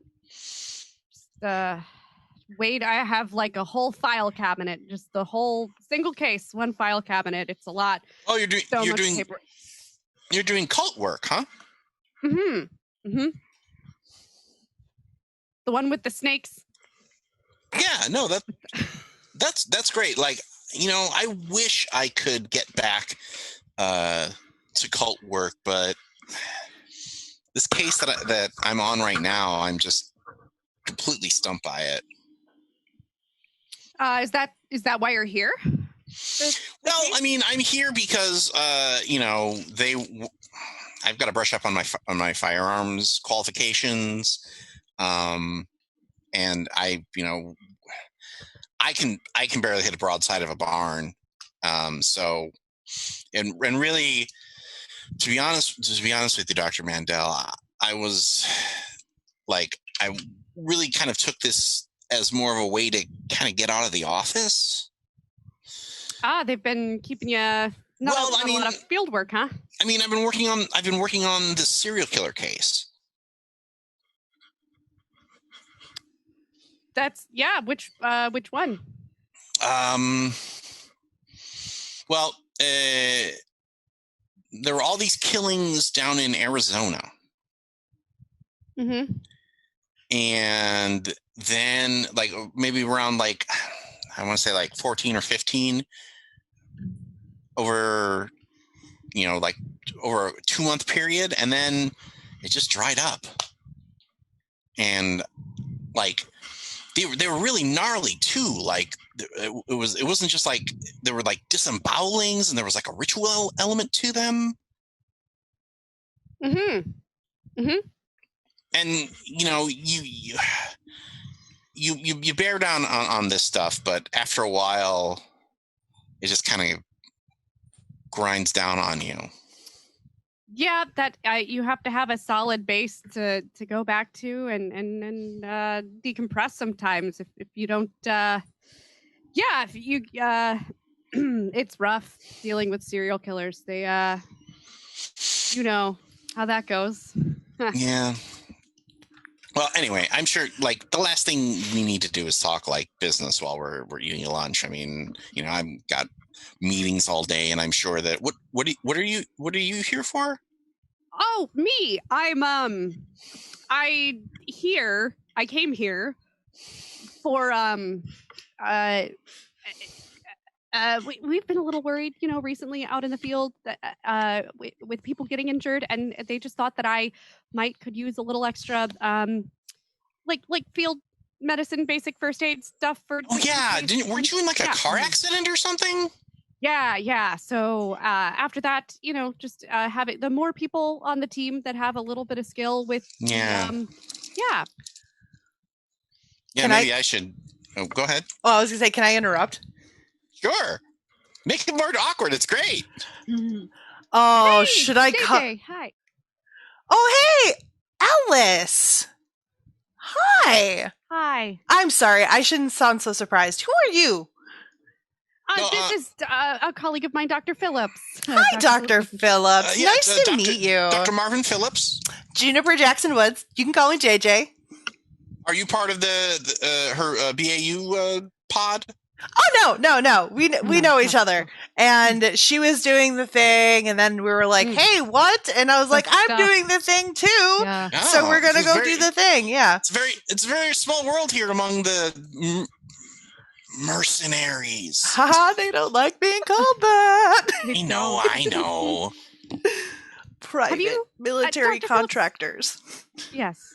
Have you seen anything, weird around here? Any like, how they get the mercenaries with their mercenary ways? Give me another persuade roll. Oh God. Okay, different dice, different turquoise dice. Okay, 27 on my 60. Well, have you gone to their baby Area 51 yet? What? Their what? Oh, so like, where is it? It's right by the tactical driving track. It actually goes. The tactical driving track actually goes around the building, and I was talking with some of the guys, and that's where they keep the like restricted technology stuff that they're working on with like the DoD. So like that's why you see that's why everyone else on the base, all the Castle Rock guys, they're just carrying sidearms. That's why those guys are carrying full like machine gun kind of guns, because they've got like some that's where they've got the stuff that they're working on with DoD and Boeing and all that stuff. So like, I mean, don't go there because I don't want you to get shot. No, but it's kind of cool to like, right. You can stand across the track. You watch the people doing their like skid turns and stuff, and it's not a bad way to rubberneck for like 30 minutes. We should come back and do the driving. That would be fun. Yeah. Yeah, we should really get better at the driving. Yeah. Jack is always telling me I should, drive. They just don't understand what it's like to drive when you're an agent. Right. Yes. Right. Back to the hospital room.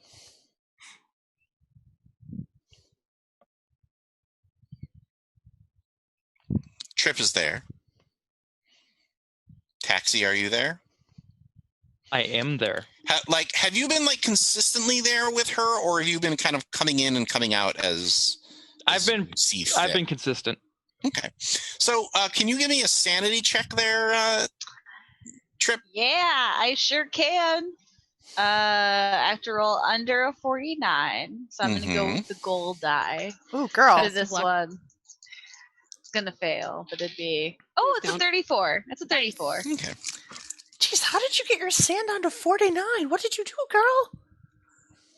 She's been Almost through. died twice. Oh, I was okay. gonna say, A bunch I'm of she's also been through currently some in a holding cell. Yeah. It's been a day for. Coin a phrase. It's been a trip. Okay. Hey. I have to roll sanity now. T-shirt idea.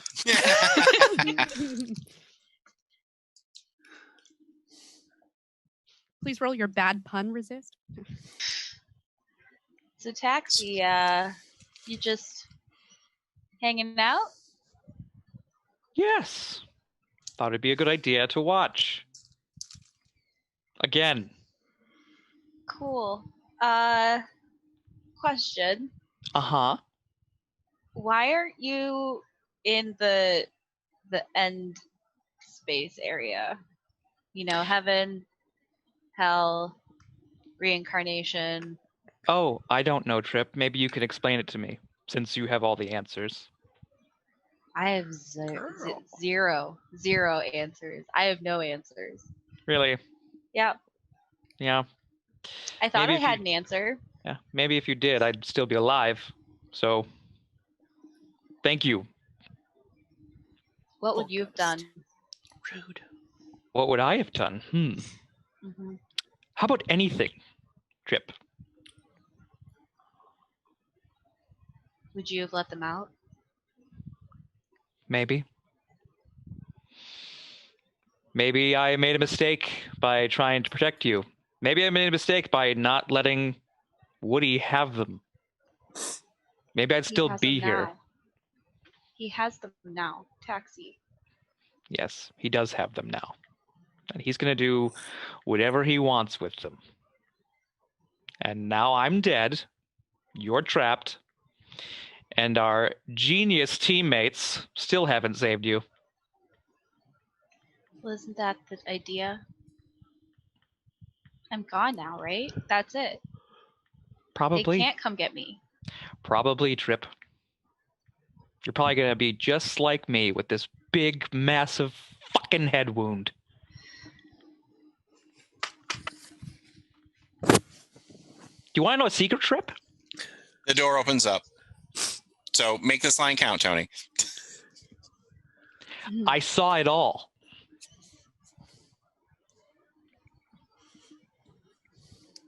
And Donna just stares at him.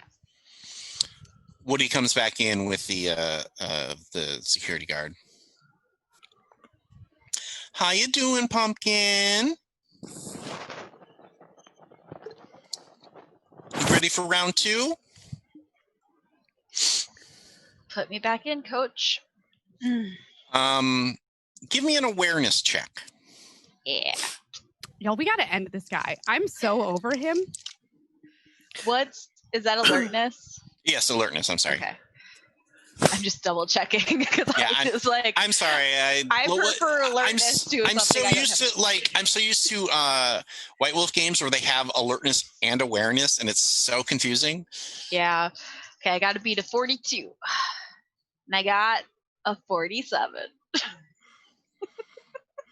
Why is there not a luck system in this game? for maximum pain. Yeah, people were just Maximum pain. luckier in the 20s. It wasn't a 44. Hey, the luck rules are optional, so that is my benevolent dictator gift to all of my Cthulhu players. That's true. That was very nice of you to give us that, Rob, because when you hit these rolls with just a couple off, you're like, well, you want to hit the pinball machine and bump it so that it exactly. it doesn't go, lose it. Okay. Yeah. So I'm not alert to whatever is going on.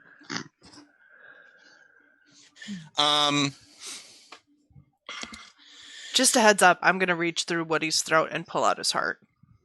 I'm helping. So, have you figured out that they're not coming for you yet? Thought you had this room bugged. No, I just know how this operation works, and you are burned. Do you know what that means?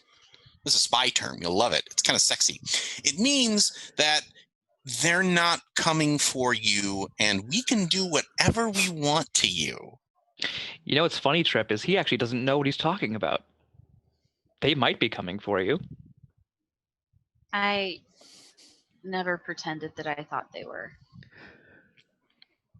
Well, okay. So I thought that because you weren't being a little resistant, that we might have to get a little more intense this time around. How's that sound? You're the boss.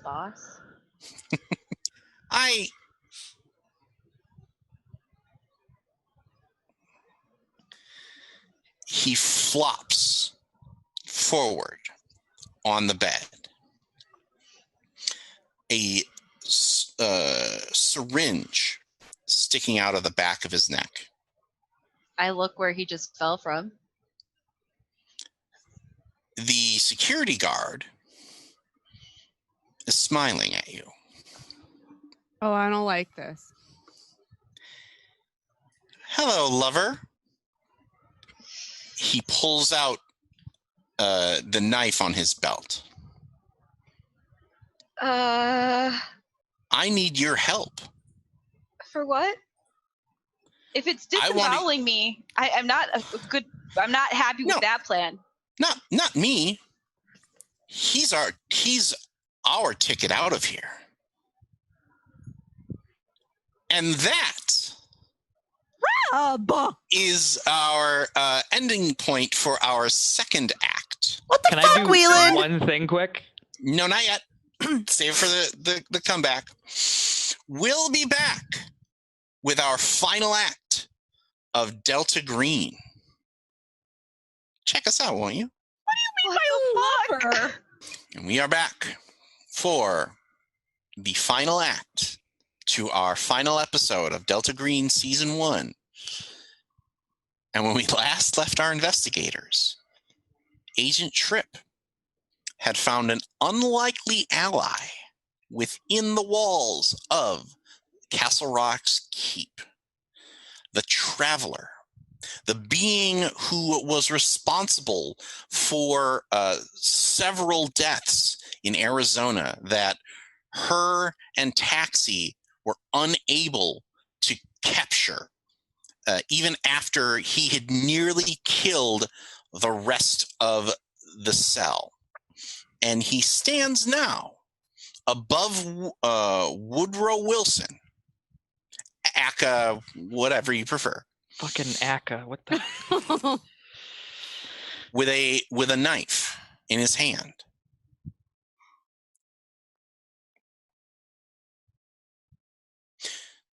He's our ticket out of here, says the Traveler, in this new meat body. The last time you saw him was when he was still inside freshly installed into Lawson. When she sees him, I'm not in view, but I'm recreating the whoom, whoom, whoom sound that she heard. That's oh, I love it. That's mean. I love it. A ticket? Is this out of here or to hell? With this kind of option. Don't get me wrong, he's a full-on asshole. And I'm not saying that he deserves to live, but I will level with you. Well, I will also do this. And he goes over and grabs the handcuff that you are cuffed to the bed with and just and breaks it off. Oh, it would have been cool if he bit it in half. Oh.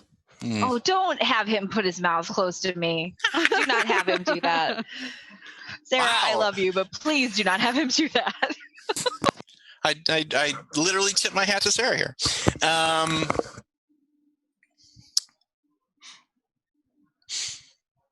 They have something of mine, and I need it back. Is it Traveler babies? Because I know they're holding a lot of babies here somewhere. Ugh, no, kids. I don't. That's not. I'm not a kids kind of thing. They have my ship. Oh. Because I had to leave in a hurry after I had eaten those 3 lovely shaman. I had to leave my ship behind. And so they grabbed it when they came in after your performance. I'm going to try to not be critical here because I do want you to help. And he actually lays the knife on your lap.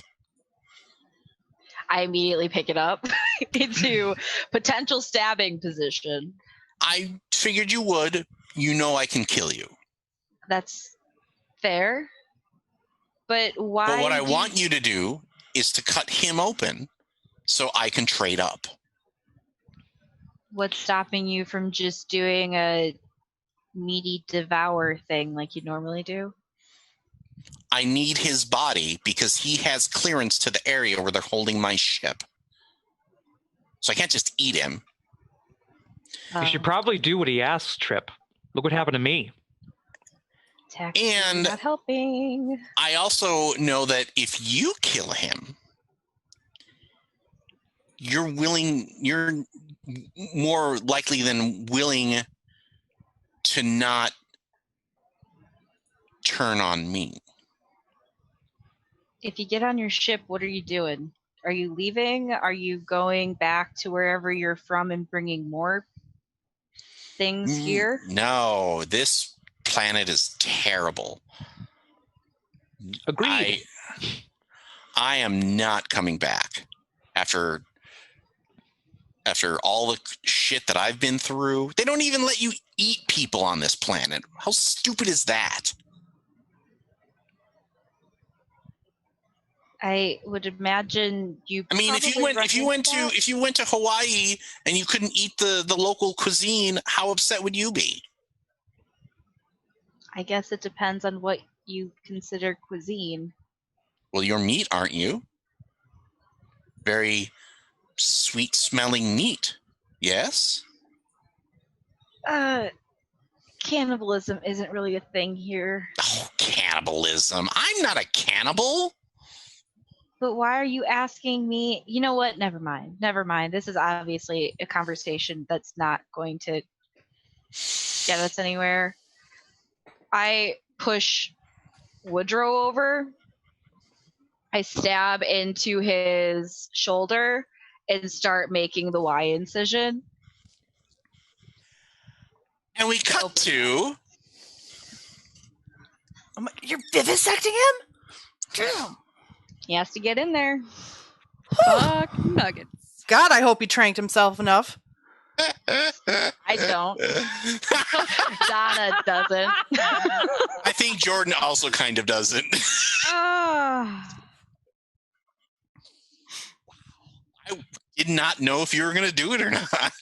I was thinking about it, but then I was like, she's on a lot of drugs. She's not having a good time. I think she's just trying to get out of the situation. Not having a good time.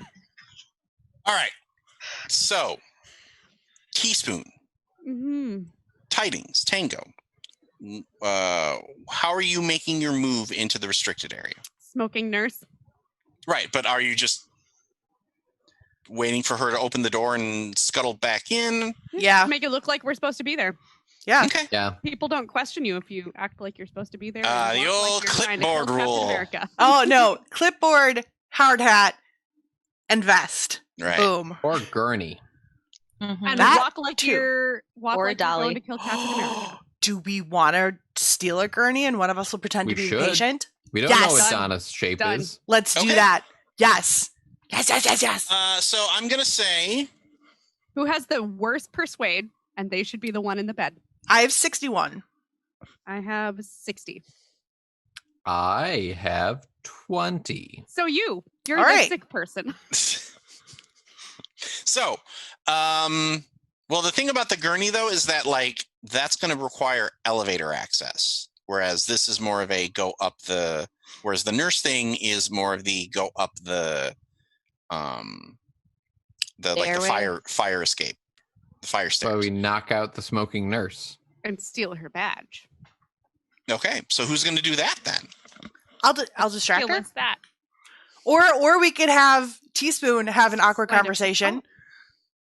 Teaspoon And is then actually very tidings knock charming. her I out? just rolled very badly last time on all of my stuff, so I tried to be less charming. Okay, who has the highest like punchy skill? That's going Not to be I. What? There's a punchy skill.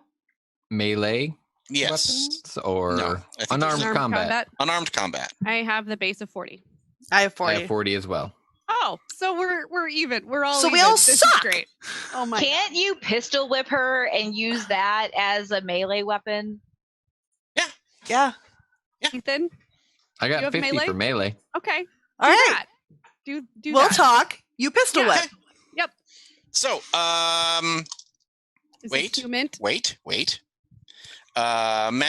Teaspoon, Tango, go ahead and roll your persuade skills as you chat up the nurse while she's smoking.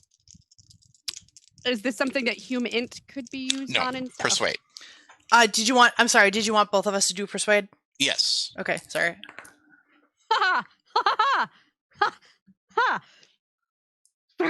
I rolled a 55 on my 60. Oh, all right. good, because I Bad. failed. I rolled an 83. Ooh. Okay. So, tell me what you're talking to the nurse about. I think. Yeah, I haven't planned that. Her name is Laura. Oh, Talking about them Okay. Siggy butts. no, I think definitely I'm like, wow. Do you have an extra? Could I bum one off of you? You know, Oh back yeah, in- sure. No, like Ugh. it like because you have to go into town. I get it because you have to go into town to get these and It's like so really- remote out here. Like even we're from Rochester, Wisconsin. You see, and Oh, it's far less remote. We can go out the corner store and just grab a pack of smokes. Smoking's really bad for you. Yeah. well, It gives then you why are cancer. you out, then why are you out here with us? She's with me. I'm here to remind her that it's bad for her. I'm She does that this friend. a lot. She does this a lot. She's that friend. She's that friend. Why do you have that kind of friend? Whenever you're ready, Ethan, just make the Oh, okay. punchy I wasn't noise. sure if we're waiting on like So an extra you're- 20% because Yeah, of you are distracted. actually going to get an extra 20% because of Tawny critting her persuade. I was so nervous that it was over my number, but it was just okay. Yeah, normally she's a pretty good friend, but I rolled a it's the 24. smoking. Yeah. Boom. Oh my god! Snap. Thank God I didn't have to try and smoke that because y'all, I've never smoked anything in my entire life, and it doesn't. It Well, probably fucking wouldn't give go me well. that then. So, we cut to the elevator doors opening up, and Mandel or Teaspoon and Tango are in scrubs, wheeling out a gurney with Tidings. Who's like, are you like, Pretending to be out. yeah, like, are you eyes closed? Or are you kind of like squinting open? Oh, we have a sheet over him. Yeah, Oh, okay. those white sheets. But we also see like that he's got his gun out and like kind of like he's kind of doing the dead lie, but there's actually a pistol right here just to be safe. Nice. Bonk in And one hand, pistol in the other. you're like, okay, what are we doing? Where are we going? Give me another search roll, please.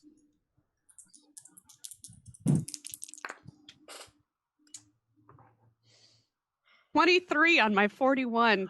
The Okay. other turquoise dice. Got Oh god, just made it. 41. Just it. Y'all, made the it. plan is coming together. I'm so excited. You wheel around the corner, and there is blood seeping out from underneath one of the doors. Is there a roll for panic and open the door real fast? Actually, go ahead and give me a sanity roll, buddy. Frackety frick. Do I see this or is that? Oh no! Ugh, that's an 81 on my 59. That's a 71 on my 66. I rolled an 11. Oh, I'm so happy for you, Tidings. I'm okay. That's 3 to Dr. Mandel and That's not 2 too bad. to Tango. I'll take that. Ha! Ha ha ha! 2 to Tango. I get it. You were making that joke, Oh. right? Yes, I was. Okay.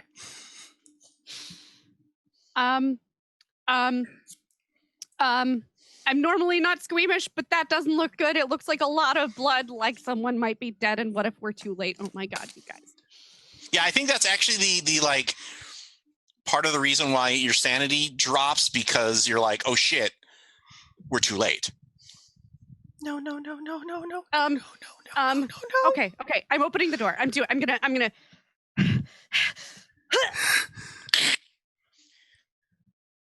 And there's Trip, covered in blood, Trip? holding a knife, and standing behind her is Woody. I don't think you've met Woody. We did. Yeah. We all did? Yeah, when we Mhm. were imprisoned. Oh, When I- yeah. Oh, right. That's why I bartered just me and Trip, and then they could all go. And he's like just pulling on his shirt, like, oh man. Oh, I would like to run up and just punch him in the face. okay. I will ahead. fail at this, Go ahead and do that. It'll be fun. but I'm And going I to will try. pull my gun out and instantly just put it on him. Okay. Is there I a way to? backpedal, drop the knife, and look at Taxi and go, "You're all here. You're all here." I failed. Okay. Is there a way to see if we can tell if he's all cut open and bloody? And Not right now, because Trip has backed like Trip is back towards him. Tango runs forward, and you have to pull your shot, because otherwise you would have just punched Trip in the face. So you're like, Jesus, what are you doing? I think I put my gun on him instantly, and I'm like, "You get away from her! You get away from her right now, Trip! Let's go! We're leaving." They're about to kill your meal ticket. Are they here? They can't be here. Trip, let's go. They Oh, might they're- be here. You haven't opened the door before. No, I haven't. She's talking to nobody. Like even Woody is like, can I Trip, just ooh. walk up, Trip? grab her by the hand, and guide her to the gurney and set her on it? Yeah, you can do that. Tidings? Yep. We're getting you out. That's not Woody. what do you mean it's not Woody? It's not him. Looks like a duck, quacks like a duck. It's a duck. Oh, do I have to show off my tasty abs? Okay. No. Go ahead and everybody give me a sanity check. Jesus. If Kate. I looked away before he did it, do I have to take the roll? You're the one that did it. Why would you have to roll? Give me an alertness roll, Trip. Oh, great. I've been doing great on those. We'll go with the goal. They treated me well earlier. Don't forget to mark failures too. Oh, I did. This is my second set for Dice Jail. So that was a I failure rolled. on alertness. Okay. I So rolled an nope, you 88. do not look away in time. Okay, so sanity. Okay. Let's see here.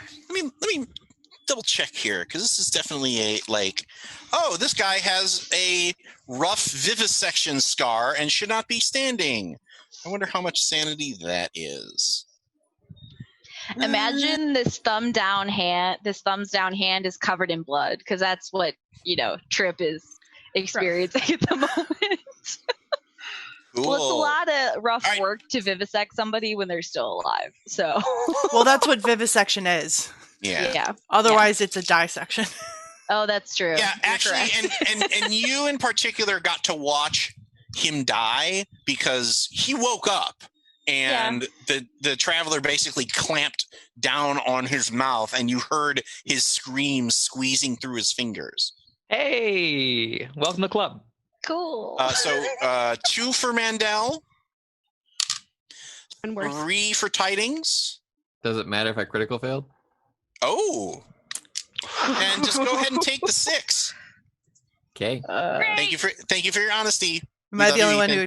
I'm the only one who made it. And 4 for Trip. I'll take that out of my for real sanity pool. Okay, yeah. Is anybody smoking any bonds here? Nah. I'm Smoke 'em if you got 'em. off my sister. I'm bumping more off my sister there. She pissed me off. Okay. All those Destroying freaking times. So wait. So hold on. Wait, because we remember we did it wrong last time. I want to make sure that we do it right. Yeah. Because so let me make sure we do this one right. So that's 2 points. I'm going to take 2 points. Well, wait. It's we have to roll for it. Yeah. However many points to the sister. So where is it? Bond So this one, deteriorates. can we take away from Trip, given that? Oh yeah. Oh yeah. You can definitely do that. Thanks, Ethan. It's like. "Urgh." We came here to save you. Found out you just You just straight up murdered a dude. Yeah. Okay. Projecting onto a bond.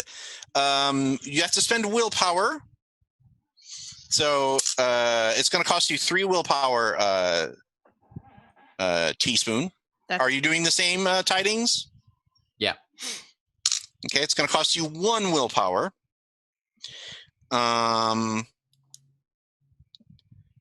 even though he critically failed that roll. Yep. You reduce that bond by 5, Ethan. Tawny, what was the sand loss you rolled? 2. 2? Okay, so that actually...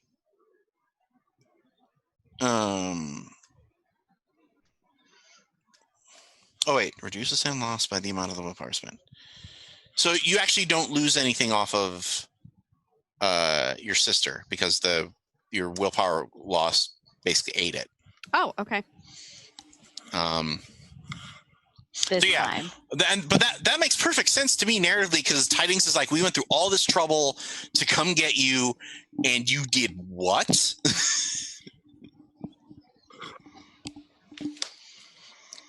Please tell me you just say Taxi told me you weren't coming. Huh? So that actually takes Trip down to 0. Okay. So you don't have that bond with her anymore. Bros no more. And that's prevents the sanity loss or just reduces it? It reduces it.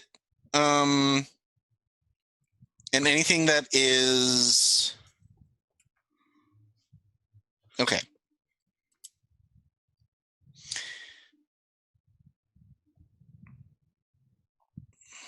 Hold on. I'm like dangerously close to my BP, so I want to know. Oh, to your breaking point? Yeah. Ooh. So if your agent has at least 1 willpower, reduce the sanity loss by the amount of willpower spent. So you spent 1 willpower, right? Yes. Okay. Wait. Breaking point? Yes. Uh-oh. Did you hit yours? I think so. So yeah, anything left over does go into sanity. Does that hit your breaking point? I'm 1 above. Does that hit your breaking point? That hits my breaking point. Oh, boy.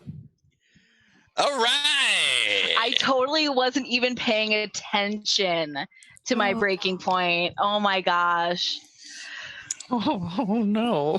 Thank goodness you guys went to all of this trouble to save me. Now she's going to be shrieking everywhere. Oh man. This game is amazing. Hold on. I think it's under sanity. I think page 68. Deep breaths, y'all. Deep breaths. I gain a disorder. Okay. So you reset your agent's breaking point to your current sanity minus POW. Pow. Pow, pow, pow. So, game calculator, what's 45 minus 12? 33. I'm under a lot of stress. Thank you, Rob. Unfortunately, Tawny's solar powered and she needs to get back outside. That's not inaccurate. That is not inaccurate. Mm-hmm. Who wants to go for a hike? Nope, never mind. Sorry, we're not seeing people. Fuck. Oh my god. I know exactly what disorder you're going to gain. Oh, cool. Well, I think at this point you are probably paranoid that anybody could be the Fake? traveler. Or Oh. either or. Oh, We'll resolve that later. But Yep. like I think that just fits so perfectly. Like you know. But we'll deal with that in a little bit. Let me just put capital letters paranoia on my character sheet. Tell them about our travel plans, honey. Honey? Hey guys, this is the traveler. Traveler, these are the guys. As in I mean, like the one that actually technically tried to murder all of us and then ate someone else? Shot Oh, teaspoon. I've eaten a lot of people. I mean, not just one person. I mean, you don't go on a vacation and not sample the local cuisine, do you? he's using that metaphor again. I never met a Yeah. four I didn't like. Who are you talking to? Yeah, that was just me being. So because you guys weren't coming, I mean, but we were coming though. Never mind. Yep. go on. I had to get out of here. And he just wants to go to his ship so he can get the fuck off of this planet. And I figured that whichever direction, as long as you go in the opposite direction and draw whatever attention away from where my ship is located, it's a win-win. And I like gathering. Oddly enough, I'm okay with this plan. You know? Right. Does anyone else have any issues with it? Nope. Not yet. Okay, let me just hold on. Can I at least You're punch you in getting the off face our planet once? and you're never coming back. Yes, he points to teaspoon. No, he points to Tango. If this face is bruised, people are going to ask questions, and then I won't be able to get to my ship. How about a slap?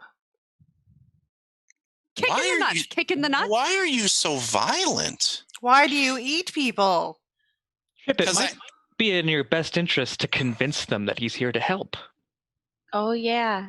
Hey guys. Trip, who do you keep talking to? That's not important. So here's the thing. I feel like that is important. We gotta go now so that we I mean, can we get are it running done. close on our 10 minutes. So, Yeah, your nurse is Yeah. going to be back soon. No, yeah, You knocked her out. yeah. Oh, right. Never mind. So but they'll notice if the door is propped open for too long. I thought that was the. Did we unprop it? Whatever. Anyhow. So if we're gonna go to the ship, we have to do it now. Oh, no. At this point, I think it's better if you all go that way and I go that way. So we distract. Do you know where your ship is? It's in the Garage. it's Oh, called the mini Area 51 thing. yes, the shop. Behind what the they call tactical it. driving track. Mm-hmm. Look, you know what? I don't give a flying fuck. If you get out of here and you leave our planet, great. If you don't, we're in no worse shape than we were before Trip went missing. So, like, at this point, like, fine. Let's do it. Fuck it, whatever. We got a rental car out there. We'll be on our merry way, get ourselves back to fucking DC, and then we'll handle it. Hopefully you're not imagining all this, Trip. That'd be a drag. Yeah. What? Quick question. What if the light babies are also over there by your ship? This That is a problem for The what? future T-Cell. That sounds a hell of a lot of, like, traveler problem. Do you think that you could let them out on your way out? Let them out? I don't know if it's a good idea for Castle Rock to have them. You're not wrong. That's a good point. Okay. Okay. If they happen to be on the way, I will let your light babies out. Okay. Okay. Okay. I mean, If you don't, I will set NORAD on your ass.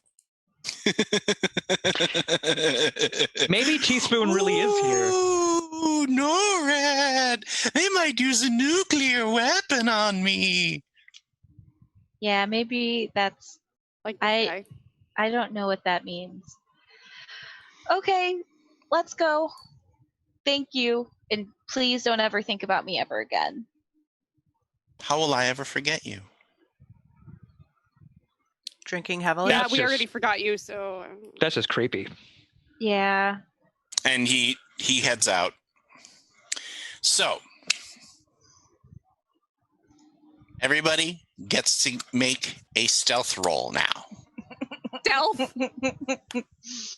Mm-hmm. So is there any way we can write on a piece of paper, I'm an alien who took over the body of this person, and slap it on his back? Ah, yes, the old intergalactic kick me sign. Probably not at this point. Okay. At this point, it is important for you to escape the keep. Oh, that did not make it. Purple and blue or gold and blue? Is there no possibility we can use deception instead? Well, the stealth roll is me figuring out how many Okay. problems to throw in front of you. Well, my stealth is 10. I rolled a 23, which Okay. all in all is not a bad roll. So I'm not Okay. putting these dice in jail, but Are they in like dice traffic court? I don't know what happened. I rolled a 46 out of 10. Okay. All right. So oh boy, that sure seems like a lot of problems. How'd you do, Taxi? I did great. Yeah. Tony has succeeded Nobody can tell you're there. every roll that he has made tonight. the dog. All right. I was supposed to be on mute and I wasn't. So let's see here. The dog should roll too. It's being an asshole outside. So Problem 1. Trip is covered in blood. Like, even if you put her on the gurney and throw the sheet over her, it will soak through. Oh, we put 2 sheets on her. Just problem 2. Wheeling around a body on a gurney is fine when you're in the hospital, but you need to get from the hospital to either your car or some other vehicle to get off of the grounds. Problem 3. I'm going to list them all out. There is a checkpoint leaving the grounds if you do decide to drive out normally. So any sort of thing that you do will likely need to pass muster as far as getting past a guard checkpoint. Problem 4. What do you do with the body of the guardsman that is left in this room? We lock the door. Okay. Well, you also have to perform maybe a little bit of cleanup to catch that blood that was. I have Flowing one into the suggestion. hallway. I have one suggestion that might fix 2 problems and simplify 1. One is that we steal clothes from somewhere for Trip. That's not hard in a hospital. Right. So not only will she not be covered in blood anymore, we won't need to put her on the gurney, and getting out of the checkpoint will be simpler because we won't look like a bunch of crazies who have someone Trip. covered in blood. I have a There's question. a fully clothed body lying there. Do they have medical vehicles in the facility? They probably do. Like, you could probably What get if an we ambulance. Leave Trip bloody, put her on the gurney, allow her the to blood an to soak ambulance. through, bring her into a medical vehicle, and say we're rushing her to a larger hospital. That's perfect. That's premium. Okay. So Who can lie enough to make that happen? Me, I can do that. The body of the guard we can put on the lower level of the gurney. There's really not a Oh. lower level to gurneys. Yeah, that's not- It is an They- accordion. It's not a. Okay. You're you're thinking of a room service card. I am. So, okay, we shove him under the door or under the table in the room. We shove the blood back into the room. We close and We lock put the blood back in his body. Back in- It's not really quick. We close and lock the door, and we rush our asses out of here in a fucking ambulance. As Is there they're a bathroom sort in the of room? there is. Put him in the As they're bathtub shower. as they're sort of moving the body around, I say to Taxi, yeah, that body's way too destroyed, for sure. Yep. I concur. Yeah, we get the body into whatever, the bathroom stall or whatever, the frack, and then let's fucking go. Let's do this. Let's do this. Trip, who are you talking to? He's not there, He who? probably. What? He who? We cut to the team as the elevator doors open up, and they are huffing their way through, and you do get stopped by one of the guards in the facility. Is like, oh, hey, whoa, what's going on here? You need to get out of the way right now. This idiot got himself shot on the fucking range. He's gonna die if we don't get him to regular hospital. I think isn't Trip the one that's on the? Yeah. Okay. I mean, said I this wouldn't idiot. be fully covered with the sheet, so they'd be That's able right. to tell. I Yeah. said this idiot. Fair enough. You said Give he. me. Well, I'm not trying to zap you. I'm just Okay. trying to make sure that you. Go ahead and give me that persuade roll. I'm gonna say take a +10 because It's you got real blood that I'm covered in. Yeah, I rolled a 45, and my skill is 60, so 45 on a it's not, 70. and it's not like he's gonna be like, "That's Trip," All right. Well, wait. What? But where are you going with him? Can't you just treat him on the 3rd floor? Nope. Too No. big of a wound. We got to take him to a real hospital. This don't is have a real enough- hospital. You don't have enough blood supply for them. She's got a special blood. Special cherry flavored blood. I Okay. can persuade. Tomato I can blood. try to persuade. No, you don't need to. Okay. So you load them into the Oh, God. Who's driving? who's driving? I have a So- 22. Do we have keys or do we need to hotwire it? The keys are in the ambulance. Yeah, they don't want to be like, hey, let's go rescue. Wait, shit, where did I put the thing? So thank you for trying to make my life easier. I appreciate Ethan for creating constantly problems. jumping out like, well, wait. It was, No, it's it's actually fair. maybe the only chance I have to use my electrician or mechanical repair skill. Don't give the chance to fail the No. skill, Ethan. Unless you want Tidings. to try and then find Tidings. the keys. Let me tell you about my 50 in writing. You know what? You can come rewire a lamp for me this weekend. Jack will be real happy I don't have to try to do it myself. So go ahead and So who's driving? Because that's likely the person that the guard is going to be like, hey, I'll do it. I Sounds have like a it's Doc. 22 because I've failed twice. That is the highest. Fucking But no, you don't have to roll drive. You have to roll. Oh. You have to roll Oh, persuade. Persuade I got. Oh yeah, you do persuading. No. Like you don't have to worry about driving if this turns into a car chase, Okay, all right. which will happen if you fail out your persuade roll, which you're not going to do.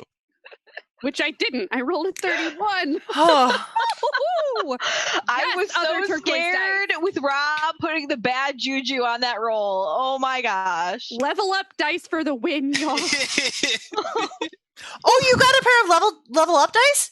2. Oh, They're nice. so pretty. Hey, I learned to do that with you, and I was able to get the mojo down on Jordan's dice. No good with the level up dice. Joe. So, like, really, you are like. I think this is a moment where you're like, okay, this is a story. You're going over with Trip. Like, okay, what do I call it? It's a GSW, and you're kind of leaning over and driving, and you're like, okay, here's the story. And Tidings just reaches over and hits the like whoop whoop whoop on the siren, and the guard is like, oh, okay, and then the gate goes up, and I tried to apply the cortical electrodes. Oh my God! Yes. Oh God! I tried to buy a cortical electrode. Oh, that's such a deep cut. Oh God! What is that from again? Firefly. That's for Firefly. Shit! Oh God! It was so good. Thank you. I needed that. And the ambulance drives off into the wilderness of God. Wyoming. We succeeded at something. Do you have any parting words for Trip there, Taxi? Before? Yeah, I think the last thing I'll say is you did it. You survived. It's what I was trying to do for you, and I'm happy. You don't have to go. Trip, I was never really here. But you shouldn't have had to go. I'll miss you. Thank you. And we'll be back for our final downtime for our season of Delta Green. We'll see you in just a few moments to see how the agents wrap up their season this year. Jody, I hate you so much right now. And we are back for our final home segment for our Delta Green season. We had coming into this season, I knew I loved Delta Green. The original version is one of the best role-playing books out there. Like, it is a book that I read for pleasure because it's so well written. And I was very excited when they released this new edition because the people involved, Dennis Detweiler and Shane Ivey and Adam Scott Glancy, they basically got the band back together. And the material that they've put out for this new edition has been just as strong. And I feel like the system has been built to be even more brutal than the original Call of Cthulhu system was, both on the mental costs and the physical costs. And we saw that throughout this season, considering how often our team got their asses kicked, and that the mental cost has been staggering as well too. Just from, we've got Trip who has a paranoid disorder from her experiences with the Traveler, and a couple of other agents are like right at their breaking points too. So if you want that feeling, this system is fantastic. And even going into this with a positive idea of this game, I was a little shocked that that our players decided to do it, because Delta Green agents are not long for this world, as evidenced by Tony's departure last episode, and these guys get attached to their characters, and Guilty. it's I hard don't for them. let him go.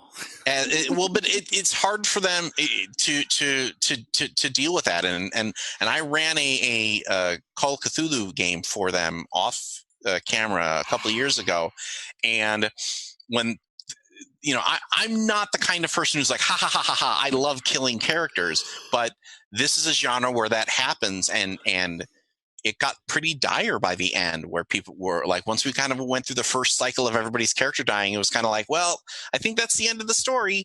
But I think that the game and the setup for Delta Green is what grabbed everybody, of this idea of like, yeah, there's the Cthulhu stuff, but there's also the drama of dealing with that stuff.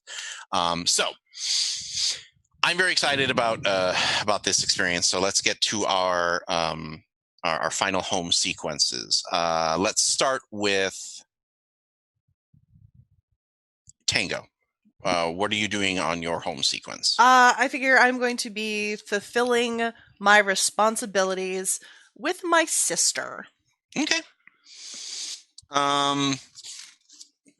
So I believe I need to make a sand test. that's correct. What are you doing with your sister? I think we'll just like dinner and a movie, just like plain old normal stuff. Mm-hmm. Like shopping, dinner. Oh, yeah, shopping, dinner, and a movie. Okay. Just like super sister stuff. What'd you roll? 4 times. 91. Oh. Okay. That just means it's a fail. Oh no. Yep. A fumble did means not a find the- disastrous conflict, probably related to your agent's involvement with Delta Green, reduces the bond by 1d4 and your sand by 1. But that's not a fumble, because you didn't roll doubles. Oh, You just failed. You just failed. so it just means I don't get anything. Yeah, it doesn't mean, yeah, basically just means you don't get anything. Oh, Because like I think she even says like, "Are you okay?" And we cut to like them like in the parking area where they're like about ready to leave. I named her Marigold, so she Okay. goes by Mary. Okay. Well, yeah. Are you okay, Junie? Yeah, I'm fine, Mary. You just seemed really like distracted this evening. Or just, like there's just stuff. Like rough days at work, Rough 'Cause- days. Rough days among the tree huggers. I mean, it was tough. Like there were problems and math, Okay. and that's not my favorite. So, all right. Well, I'm okay. I mean, this was fun. Yeah, it was lots of fun. All right. Well, we should do it again. Who did you blow off to help move? Was that your sister? That was my friend. Oh, okay. Did we name her? Sarah. Oh, great. Sarah's really mad at you, right? Oh, Like she texted me and was like, "What is wrong with her?" oh, I'm just like, I probably shouldn't say anything, but you should maybe this weekend you should maybe go over there and. Oh no, yeah, I think I want to help her paint. Like I want to, because I want to do like make up for the lifting or the lack of lifting. Because yeah, it was really. I got called out to Wyoming, and it just. All right, a hot date in Wyoming. Okay. Yeah, there's nature. It just. No, hey, look, I know. I don't want you guys to fight, so I just thought it was important to right. She's bring like that really, really mad. like more mad than that time that you went to prom with you know, Oh. like she's like that level mad. Oh no. Hey, I'm your sister. I gotta No, make. no, I no, gotta, no. No, I appreciate the heads up, Murray. Thank you. So you're gonna go over there? You promise? I promise. I pinky promise. Okay. Because I She gives don't you- want her to burn down my house. She gives you a hug, and says, "Yeah, like as long as you're over there this weekend, I think you'll be okay." Yeah, I will shield myself with chocolates and ice cream and really good booze. So Okay. hopefully that'll help, and maybe a couple Disney movies. Okay. So you get in the car, you wait until Marigold pulls away, and you start the car, and you feel I look. you are invited to a night at the opera tomorrow morning, 10 a.m. sharp. Miss G. Oh shit! Please tell me Cut tomorrow's to- not Saturday. Oh yeah. Fuck. Cut to tidings. What are you up to? I'm going back to therapy and saying everything I remember. Oh, No, so shit. you are absolutely opening up here. Yeah, I am literally 1 point away from my breaking point for sanity. So I'm Okay. just going to dump. Damn, son. Ooh. I'm interested to see this juxtaposition. How does therapy go when that happens? It's pretty fun, Pretty sure actually. that's- Oh, yeah. you're tasking him. So like let's skip over what is the last sentence that you say that we cut to Salzburg's reaction? And with that, we finally had our first successful mission, and our person we saved seemed to not be the most sane anymore. Okay.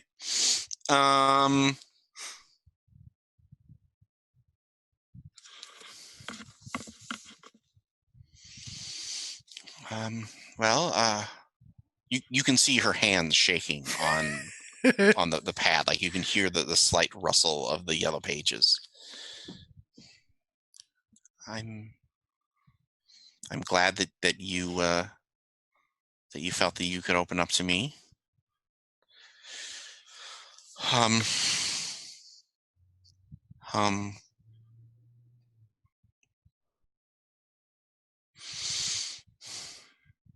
I think you should come and see me again next week,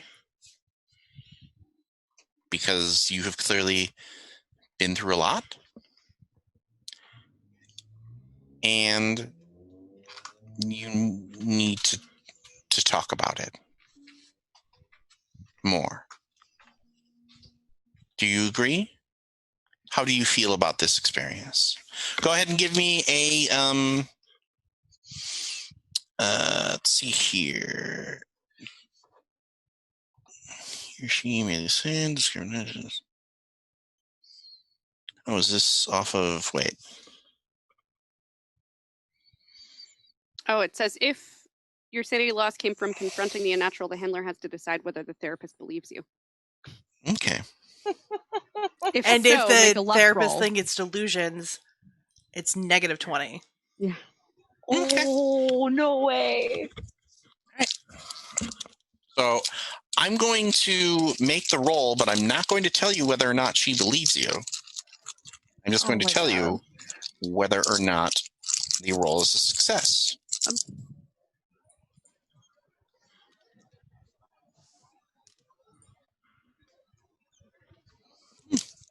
Interesting. Motherfucker. The roll is a success. Oh my god. So go ahead and it's a 1d6 sanity back, I believe. So go ahead and roll that tidings. Got a 5. Nice. Good deal. Nice. Okay.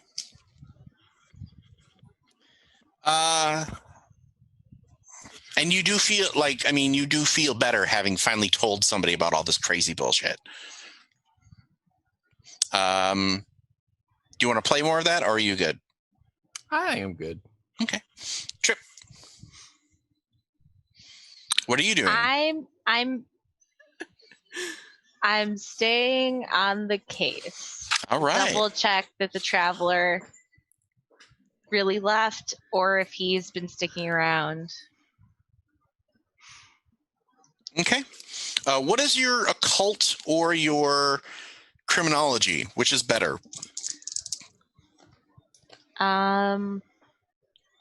My occult, I'm trying to find it. Middle Did you- row. For O? 10% for occult, and my criminology is 10%. Oh boy. Okay.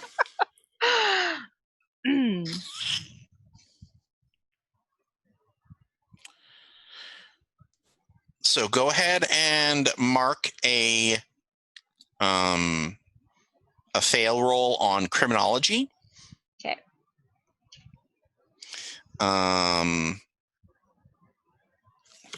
And you are unable to find any mention of like any weird lights or any strange launches or anything like that over Wyoming in that period of time.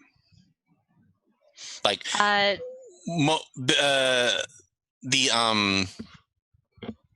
most of the coverage of that is actually about the Asha crash. Okay. Which the details are very like they are like, oh, it crashed somewhere that is definitely not Kansas. It was lost over the ocean, and they have clearly covered that up. I think it just ends with Trip just like ripping the newspapers apart in frustration, just completely unhappy that she has nothing to go off of here. Go ahead and roll a d6 for me. Yeah. 5. That's minus 3, right? Right. So you gain 2. Not bad. Because you're like, I did what I could, and if he comes back, we'll deal with that when that happens. Dr. Mandel. Hi. What are you doing? I'm going to therapy. Okay. I'm a therapist married to a therapist going to see a therapist. Okay. So are you being completely open, or are you I think I'm going middle of the road. Like I'm definitely saying like, look, I've taken on some Black Ops things. I'm going to be very vague about some details, but and I think this is probably a therapist she's seen before, probably for a while, but she stopped going. Okay. For a good bit recently. So all right, I'm going to make that luck roll. Oh, good. Are you going to talk about trash bed? Yeah, I do think she's pretty open about like the dad stuff, because that's not like super secret. So go ahead and gain nothing. 1d6 minus 1. Okay. We'll do that for the like halvesies. I rolled a 5. Okay, so 4. That actually brings me back up to full. Oh, good. Because something happens after your therapy roll. Rob? When you drive home, you turn around the corner, and there are fire trucks parked outside of your house. You are not ending this season on that, Rob. You're not doing that to me. You can't kill Mandy Patinkin. As you drive closer, you feel a sick wave of relief. Your house is not on fire. Walter's is on fire. Yeah, I'm kind of okay with that. And Jack is outside, like kind of, blanket wrapped up. And he just is like, I was getting ready to go to bed, and I looked over, and the house just went. Whoom. I don't. That was he? I mean, was he in, or is he not in the? Was was he in Well, there? I think he was. That's terrible.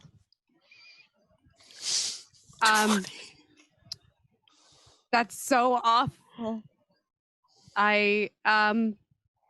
Wow. Go ahead and give me a sanity check. Great. Thank you, Rob. Thanks for that. I appreciate it so much.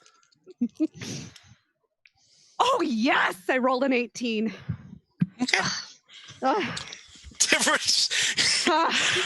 So I have to admit, I like the fact that we were ending the season, after Aegon, where Jordan was living a super charmed dice life with Delta Green, where Tawny has her sanity at the tippity bippity top.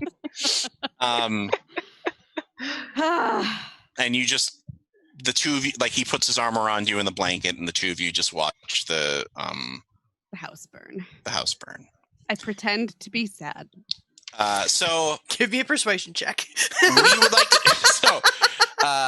would like to thank you all for tuning in to our season of Theater of the Mind Players. It has been weird, but this has honestly been one of the highlights of my every 2 weeks, connecting with my friends and us coming together and playing Let's Pretend for a while has helped me immensely throughout this whole experience. And I'm very happy at what we've done. I'm very happy that we put out some great games this year. I'd like to thank all the games, the designers of all the games that we played. I'd like to thank the companies that sponsored us. So I'd like to thank Evil Hat Productions. I'd love to thank Arc Dream. We're not done. In 2 weeks, we have been lucky to get chosen by our Talsorian to play a episode of Cyberpunk Red, the full edition of Cyberpunk Red. And we've taped it. We had a ton of fun. We have a very special guest player that is a fan favorite who will be joining us. So we'll be broadcasting that in 2 weeks on November 11th. And that will be before the game, the role-playing game drops, because that's coming out the next week on the 19th, which was when the Cyberpunk 2077 was supposed to release, but they literally announced today that, or was that yesterday? It was Time has no meaning anymore. Time has no meaning now. Yesterday? Yeah, that's for sure. It was yesterday. Was it? Either way, now you have our show to help take the edge off waiting that extra piece. And I think we're going to go out on a very, very, very strong note. I would also like to thank everybody on screen with me for being amazing players.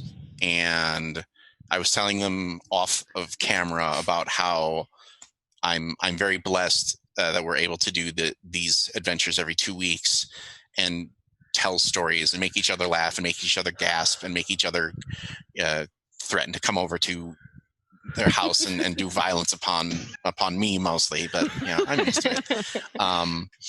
And it makes all of the weirdness that we're going through right now so much easier, knowing that you all have my back and I have yours. So thank you so much. God damn it, Ron! I've already done enough crying today.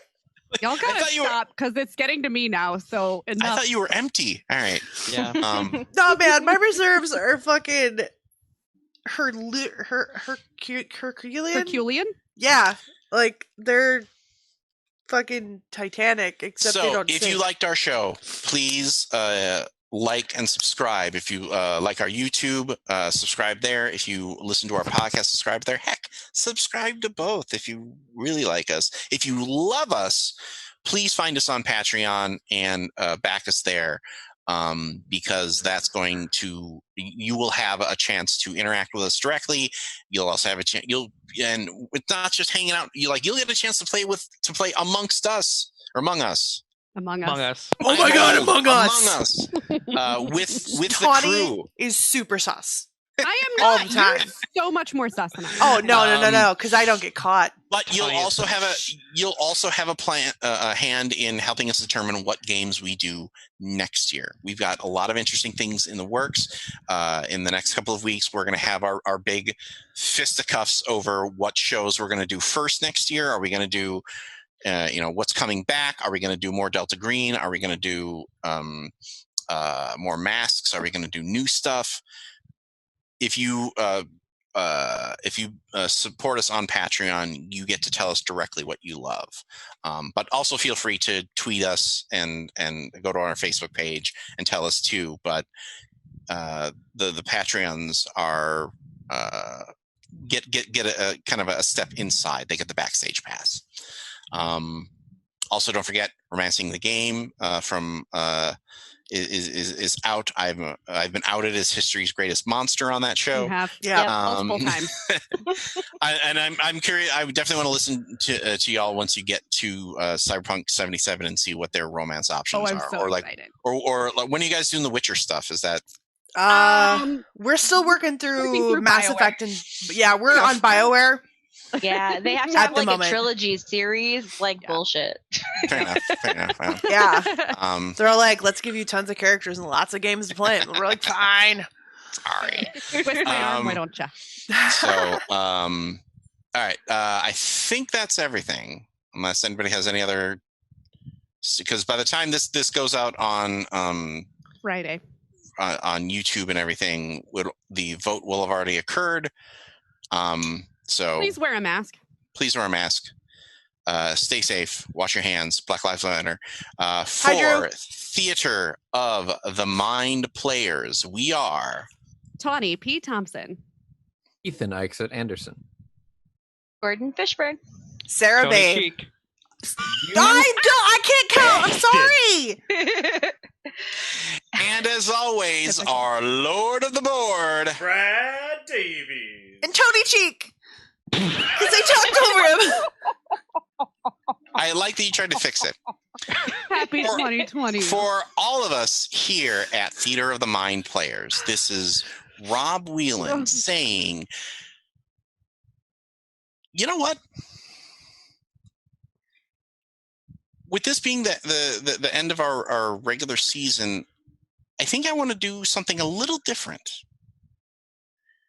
You know what I've always wanted to do in one of these situations? I'm really Are you scared. fixing to put us on the spot? Drip. No. I want to do the MCU post-credit scene. Haha! Yes.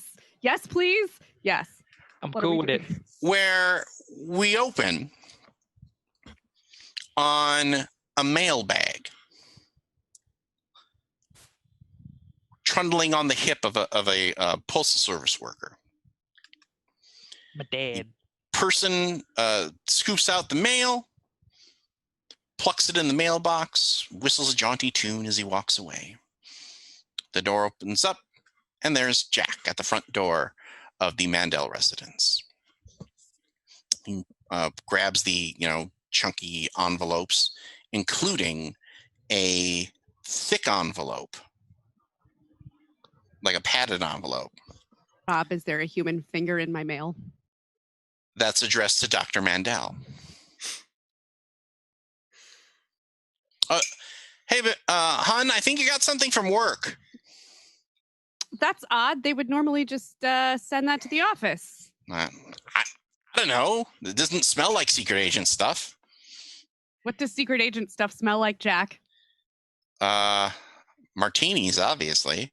Shaken or stirred? Why would you shake a martini? Like Good question. Isn't that the whole point? Is that he drinks this like weird? Did you never read the books? When do I have time to read the books, babe? Well, they're weird, and don't worry about it. All right, I'm gonna go. You get what was your dog's name again? I forgot. Did we name my dog? Probably Rocky. Probably Rocky. All right, we're gonna go with Rocky, and then we'll fix it in post. I'm gonna go take Rocky for a walk, babe. Have fun. So the envelope that you have is addressed to you, Dr. Mandel, and the return address is a P.O. box, and it just says NLF P.O. box, 27831. Wait, NLF P.O. box. I'm writing this down because I'm obviously going to have to do research. 27831. 831. Macon, Georgia, and then whatever the Zip code. zip code is for Macon, Georgia.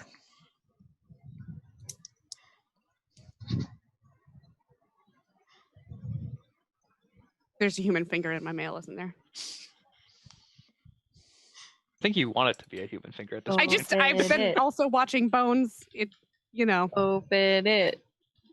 Yeah, I mean, I absolutely open it. There's no way I can open this right now. Okay. Do you put your hand in, or do you dump out the envelope? You know how you can push an envelope together and then look inside? I do that.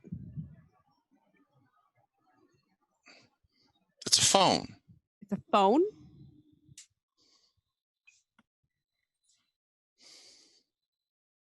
Okay, then I find a glove or pull my sweater down over my hand and reach in and grab it. You blip it on. Uh-huh. Is it a smartphone or an old school flip phone? It's a smartphone. Okay. And there's a video that's queued up.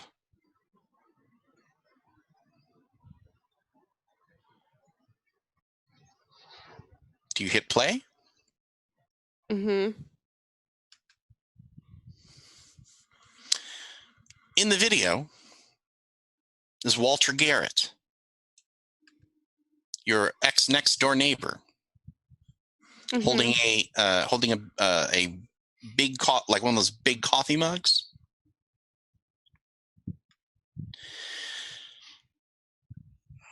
I know you were here that day. Well, I'm sorry. I didn't tell you because of something called the observer effect. Knowing you're being watched affects your behavior. Your father put me in charge of watching you. It made me feel like a scientist. I like feeling smart. I've kept in touch with him via letters. It's all coded because we know they open the mail at the prison. And I think he likes getting letters because I write them like girls, and like the girls who always say that they're in love with him. He gets to brag to the other inmates about how many women he has in the outside.